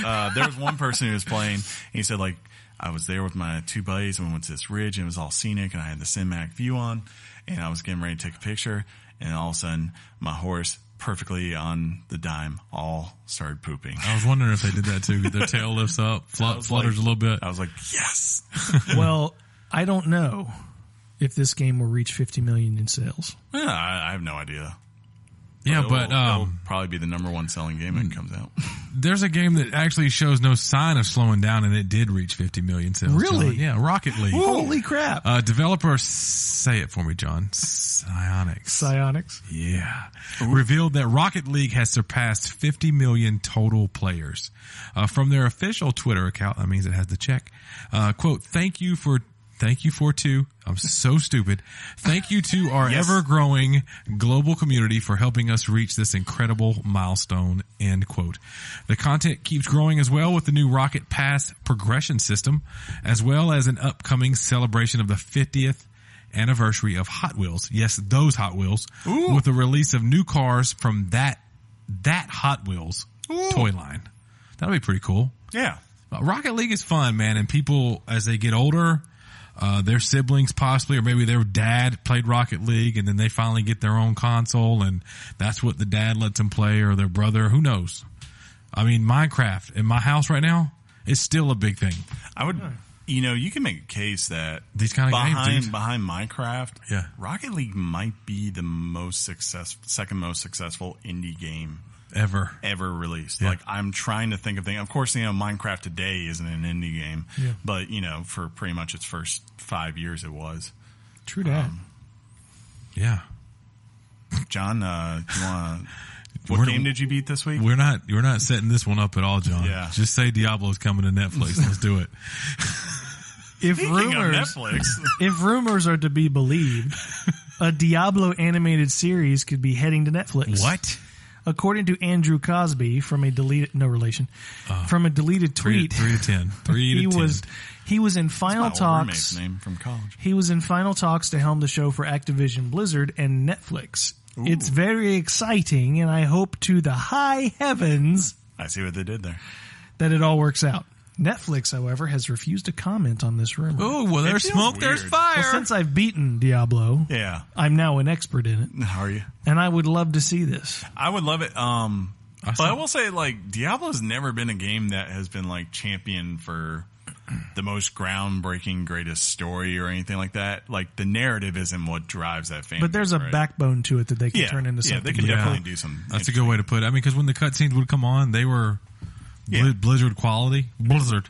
But it's not like Blizzard. I never felt the connection that I did like to the characters of WoW or even StarCraft. I mean, if we're talking about things, For just being real. Overwatch. or yeah, You especially couldn't- You couldn't even Overwatch, get yeah. that out fast enough. Your eyes Well, got big and actually, everything. Casey, Overwatch. I'll tell you, when I finish this game, I wanted to start my own character so bad. Get it on do PlayStation it. and let's do it. All right, yeah, we have it on PlayStation. All right, well, let's do it. I'll get you Yeah. the 70 in like 20 I minutes. kind of want to do it myself. I do too. There's something to Let's do that. it. By the way, Chris, See, what's the that's name of your necromancer? I can't remember right now. Yeah, you 'cause- can. Do you want us to help you? Yeah. I can't remember. It's been so I don't long. remember it. I just know Yeah. it's very unique. Yeah. Something schmuck. Dead schmuck? I think that might be what it is. Dead? Because, yeah, I have like that muscular schmuck. Agile schmuck. Crusading schmuck. Who's the agile schmuck? The hunter. The demon hunter? No, just the hunter. The hunter. Yeah, there's no demon hunter. There is a demon hunter. Not Yeah, with there Chris. is a demon Not with hunter. Chris. Or maybe it is, I guess, a demon. It's just, I know you just beat the game, John. My apologies. Let's stay here till the thing that he does happens. Finally this week. I said, finally this week. Halo updates on loot boxes. Yay. Despite recent assertions, 343 Industries has confirmed they will not sell Halo Infinite loot boxes for real currency. In response to a tweet from a fan who expressed disappointment over loot boxes, studio head Chris Lee responded with the following, quote, Christopher Lee? keep the faith. It's appreciated. I didn't say that right. He had an exclamation point. Keep the faith. It's appreciated. We're still working through final plans and we'll share more when we are ready. But I can definitely say that Halo Infinite will not include real money loot boxes. End quote. I will say they didn't technically have real money loot boxes in the last one. Right. They had currency, which you could buy. Oh, I that should you play could that also game earn. too, John. And then you could spend it on the loot boxes. But either way, I've kind of said, like, I think it's a non-issue just because their loot boxes aren't really designed around gameplay. They're designed about, kind of like Forza. Forza doesn't have loot boxes per se, but it has you can like buy the stuff. No, it has like the You can buy stuff. there is the gambling element where there are certain packs that you can go out there and buy. But like there's snack the packs. like whenever you level up, you have the kind of like big gambling casino. What are they called? Freaking Yeah. with the coins you put them in. slot machines. Thank you. Yeah. Like that comes up and That's you why get I'm here, different. Chris. You get different rewards out of it. Yeah. So I don't know. Let me I don't ask think you it's a this. big issue. Let me ask you this. Probably just a random question because that's what I do. Game you're more excited about? Fallout 76 or Halo Infinite? Probably Halo Infinite just because it's been a while for. Thank you. I thought it. Yeah. I mean, it's been a while since we played a Halo game. Fallout 76 looks fun, but I'm not lying to myself in the fact that when I look at this, the only unique thing to me is the fact that it's always online, right? Yeah. And nukes. And nukes. Yeah, well, but the core gameplay itself, I mean, there's been nukes in every single Fallout game. But they're more accessible now, I think. They are. And Are they more accessible? Or if y'all come in my is the world, perception that they're more accessible? that's the question. Oh, you just baked my noodle. Mm-hmm. But I'd say the big thing for Fallout 76 is that it looks like a true extension off of Fallout 4. Right. Kind of like the way Terrible New game. Vegas was for Terrible Fallout game. 3. Worst game ever. It was not. Game of the year. No, Terrible. It's terrible. Your brother liked it. Talk about my brother again. I was literally saying that your brother liked it. I was just literally trying to say a thing. You guys want to wrap this up? Never. No. What was that?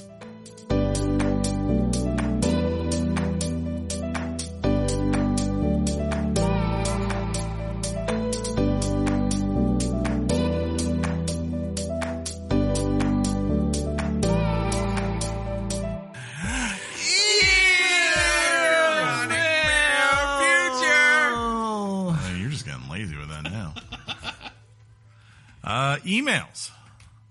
If you want to write in, oh wow, it's still playing. But if you want to write in your thoughts and opinions, you can do so by contacting us at weeklygameschat@gmail.com. That's weeklygameschat@gmail.com. Just like Simon did. He was a little critical in his email, because apparently I had some background noise here last week. But he says, Dear Weekly Games Chat, in the last episode, the noise sounded like Bruce Bolton cutting off Reels Richard. Reeks Richard. Reeks Richard. I remember that part. Also, you guys going to do an AC Odyssey episode? No. And why no Dragon Quest 11 episode? Because it sucks. Dang. Okay. Love your show. Keep up the amazing work. Yeah, sorry, Simon. I totally forgot. Did you mess something up again? Nah, it's just like with the background noise, usually it does go by, and if there's not a lot, I don't try to hunt it out, because it's like 2 hours to find the one little thing. There was only one blip of it last week, and I guess, apparently. This is the one. This is the one you want to bring up. Simon, I turned off the AC this week, so there should not be. We're sweating balls here for you, Simon. Are we going to play Assassin's Creed Odyssey? Yes. I think John would kill us if we didn't. Why don't we play Dragon Quest 11? Mainly because I don't think any of us played 1 through 10 at any point. So, well, I know Dragon Quest 11 has not. I mean, I think most of the games are single one-off games. They are. But we tried to get. There's a friend of the show who was considering playing it. We were wanting to have that person on, but. Well, yeah. But to be honest with you, Spider-Man just drowned out this game. Yeah. And that's not a knock on the game. Dragon Quest got really good reviews overall. Yeah. So, that's fair. Next up. No, that's the one for, I gotta make sure I'm reading the right one. Yeah, these are, David wrote in. He's a long time writer. First time? No. I always have to scroll through because he always uses the same email. Replies, so I have to make sure I have the right. You're down there. It was from September. It's down at the bottom. Was it? Okay. Yeah, right there. Yeah, there it is. Okay. Fellas. It's been a while. It has, David. I like the way, it took me a second. I was like, got it. He says, I gotta say, as much as it hurts to hear Chris sound a bit bummed from relinquishing his duty as anchorman, no. Jon and Shaun, you did a great job with the news. Thank you, sir. Also, it was fun hearing the roles reversed as Chris, for the first time, got to play the role of judger and injector when you guys read. Interjector, Chris. This is why you don't read anymore. What? Yep. Huh? It was truly a treat. There it was again. But it wasn't subjective quality of reading that made me think this was a good move for the show. It was the fact that Jon stayed engaged till the very end. Hey, see? I knew I made the right call on this. I pondered why this may have been the case, and it occurred to me, it's because you gave his brain something to do. Jon, have you ever been officially diagnosed with ADD? What if he's talking about me, but he's thinking it's you? It's possible. But Jon always checks out during the news. I'm sorry, what'd you say? Have you ever been diagnosed with ADD? If not, I apologize to presumptuous psychoanalysis, particularly when ours is a parasocial relationship. Well, kinda. I mean, I do write you guys from time to time. Just making some observations from a couple of years of listening to y'all interact and discerning some similarities between you and yours truly.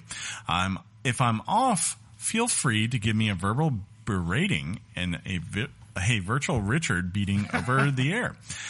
Also, I owe you a couple of natty lights. That's hilarious. I'm back in. Keep up the great work, guys. You remain the highlight of my earbud week. and to any new Jesus, listeners, Chris. give it time. Weekly Games Chat is a fine wine of a podcast. Also, leave a 5-star review. Your pal Dave in Japan. I mean, Northern Virginia. P.S.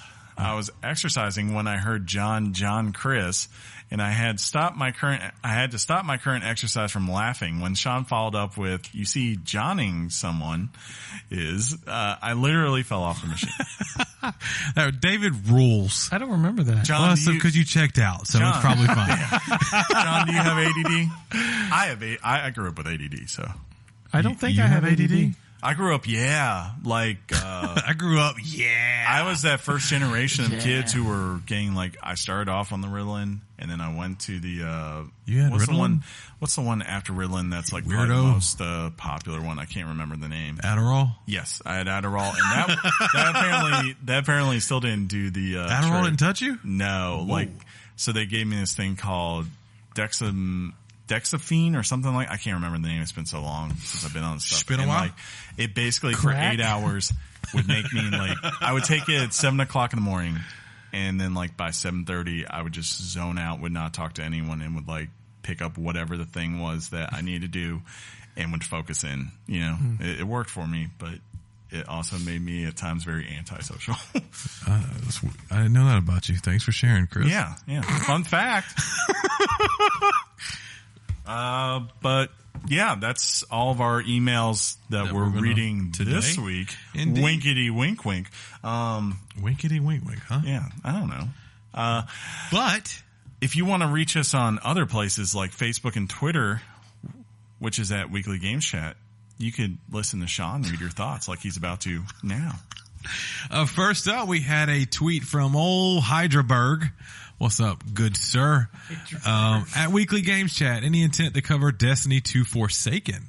I know Shaun, thank you for the proper name spelling, sir, doesn't play it anymore, but Bungie has done a fantastic job turning around the mistakes made with the first year of D2. The level variety and art design is awesome, and that new raid looks like a beast. I replied and said, maybe I'll return. We'll see. I've heard good stuff, and we might just need a topic for the week coming up. I'll talk to Chris and John. Thanks for reaching out, good sir. Yes, sir. Let me scroll up a little bit here with my little fat thumb on my phone. At Gaming God said, at Weekly Games Chat, I know I haven't wrote in a while. It's been a while. I still listen to you guys daily and still support you. See, this comes from when Chris was all worried about people not writing in. But thank you. I will write in a week or two. School has been really my main focus. We told you, Chris, the past 3 or 4 weeks. Game on. Game on, sir. I can't. Y'all gonna say game on to Gaming God? Game on. Indeed. There's a lot of mentions, by Insane Scyther Gaming, and at 4P Gaming. Thank you so much for the love. John and Chris are looking at, what are y'all looking at? Me or that? I don't know. There's something I don't get. Okay. Sorry, I have ADD. Yeah, it's cool. You just totally derailed everything I wanted to do, but I'm messing with you, John. It's cool. Don't get your panties in a wad. I got to go way up here for the next thing. So I tweeted out, what did I tweet? Oh yeah. John laughed. Why is that So funny? I tweeted out, John's gone to John laugh mode. I don't know. Wait a minute. I have no idea why that's funny. It I'll just get off there. got me tickled. Jesus Christ. Yes. So I tweeted out blasphemous. the new Death Stranding trailer from TGS 2018, which featured Troy Baker. It's been revealed. It looked awesome. Still looks trashy. It looks, that little spinny thing looks amazing. John, you're crazy. And our good friend at David_McClendon said, what the F? I must play this game. Those were his thoughts every time he saw or sees something new. So I don't know if you guys are excited, but I'm kind of excited for the game. The more I see about it, I don't know. Yeah. Also, I tweeted a thing about how the Nintendo 64 analog stick works. It's a pretty cool little animation. Ooh. Showing inside the controller how it worked and whatnot. That's cool. Our friend at Carl Hayes 21 said, I picked up the OEM controllers on the cheap and cleaned them and put a new stick in. Such a good feeling it is when I you meant put to new share sticks something in. on there. I didn't do it. It was pretty good. Our friend at Baldy Pal. Baldy Pal. He said, at Weekly Games Chat, I'm pissed at Nintendo America, and they probably don't care. I paid $60 on release day for hashtag Splatoon 2, and now a year later they mandate a subscription to play it. Bad business. This should have been a Splatoon 3 change instead of making my game worthless now. Okay. May I respond to that? You can. Grow up. Is that all you want to say? No, I'm kidding. Oh. I can see his point and I can understand the frustration, but let's not forget PlayStation did this too. They made online gaming free when they first announced the PlayStation 3. Then they introduced a $60 a year subscription. This is $19 a year. Think about how much that is per day. Think about how much that is per week. He followed up with, by the way, at Nintendo America, I bought hashtag Splatoon 2 for my 8-year-old son, whom I very closely monitored online play. Now you've made any online play a no-go for me and him on the Switch. Seriously pissed. Hashtag greedy bastages. Hashtag it was his favorite. Dang. That's too bad. I'm sorry he feels that way. Yeah, he's not. But it is time for Nintendo to get better with online, and that takes money. Our good friend It's Loki, just a fact. at Hail Teacher Loki, I believe last week I mentioned that I wanted or had started watching Jack Ryan. You had previously said you watched Jack Ryan. Loved it. All of that talk got him going. He says at Weekly Games Chat. So I watched Jack Ryan because I heard one of you guys talk about it in one of the podcast episodes. I binged. It was so good. Thank you. You're welcome. Loki, you're welcome, and we hope all the are gone. Where are you at on Jack Ryan? I have one more episode. It's okay. It's not. It's not. definitely, It's not 24. No, I mean, it's Jack Ryan. It's a lot closer. And I gave him a lot of credit because I was like, wow, they actually did do Jack Ryan like he is in the books. Like, he's everything he's a former Marine who was in, had a thing happen to him. He's a economics professor from Boston that's an analyst, and he's dating the same girl from all of that is in there. And then it's still told its own unique story that's kind of set in today's atmosphere. I imagine if Tom Clancy were launching Jack Ryan today, he probably would have written something like this instead of, say, like The Hunt for Red October. Couple of follows that I want to follow back. At Expert Zappy, console player, PS4, and Twitch personality. Thank you for the follow, following you back. And at Brown Bear 2423, hashtag Bodega Hive. Thank you so much for the follow, following you back. I'm not sure if we do, but Chris, did we have anything on Facebook you wanted to share, or did you want to just go ahead and...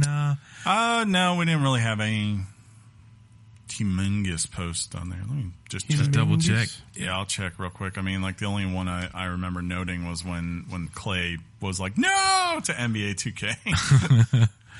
That's awesome. Make sure we got nothing. It loads so quickly, doesn't it? Yeah, it does. Well, it's because there's a storm brewing outside. There's a storm brewing. There's a snake in my boots. I need to tell you a funny anecdote about that line later. I can't really say it here. Snake in my boots? Yeah. It's about work. Oh. Okay. Yeah, I don't think it, yeah.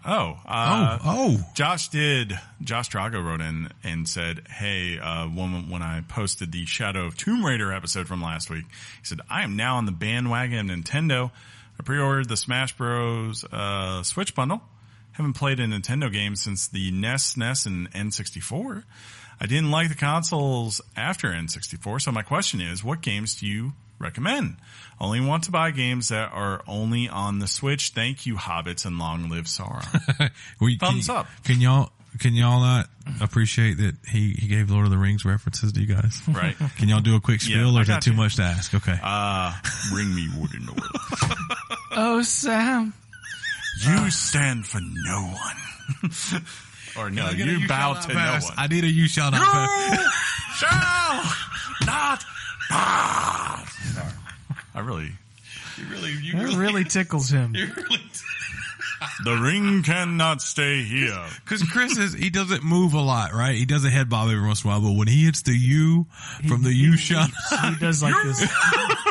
Well, because I know I'm getting loud, I'm trying to move. You got to belt it out there. but there's a whole thing that goes on. It's perfect. The obvious ones to me, if you want something recent, like RPGs, would be Octopath. Absolutely. But the big ones, I mean, you definitely should get Breath of the Wild, you definitely should get Super Mario Odyssey.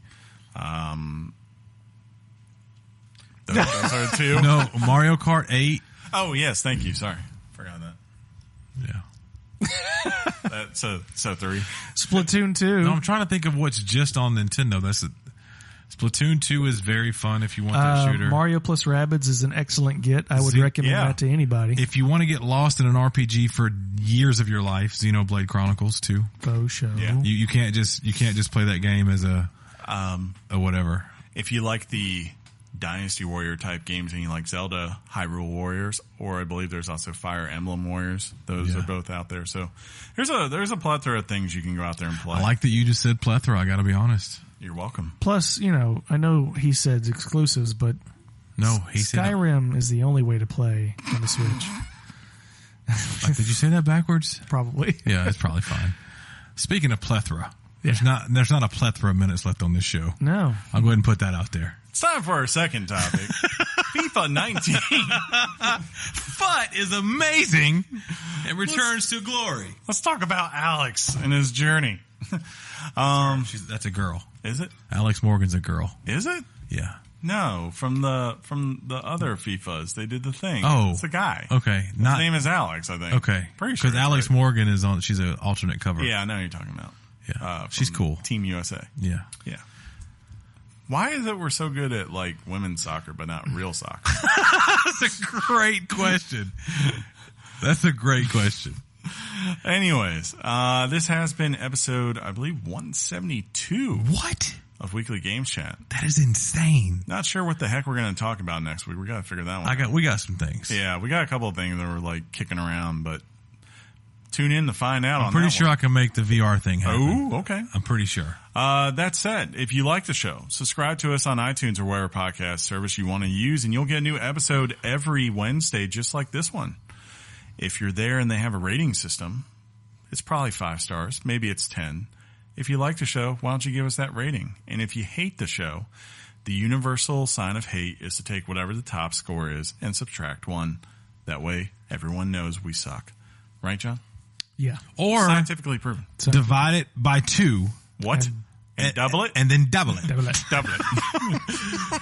If you would like to write in your thoughts and opinions, again, you can write us in at weeklygameschat@gmail.com. And if you want to follow us on the social media, we are on both the Twitter and Facebooks, both at Weekly Games Chat. And if you want to listen to us at work on, say, a site like such as YouTube, you can actually find us on there too.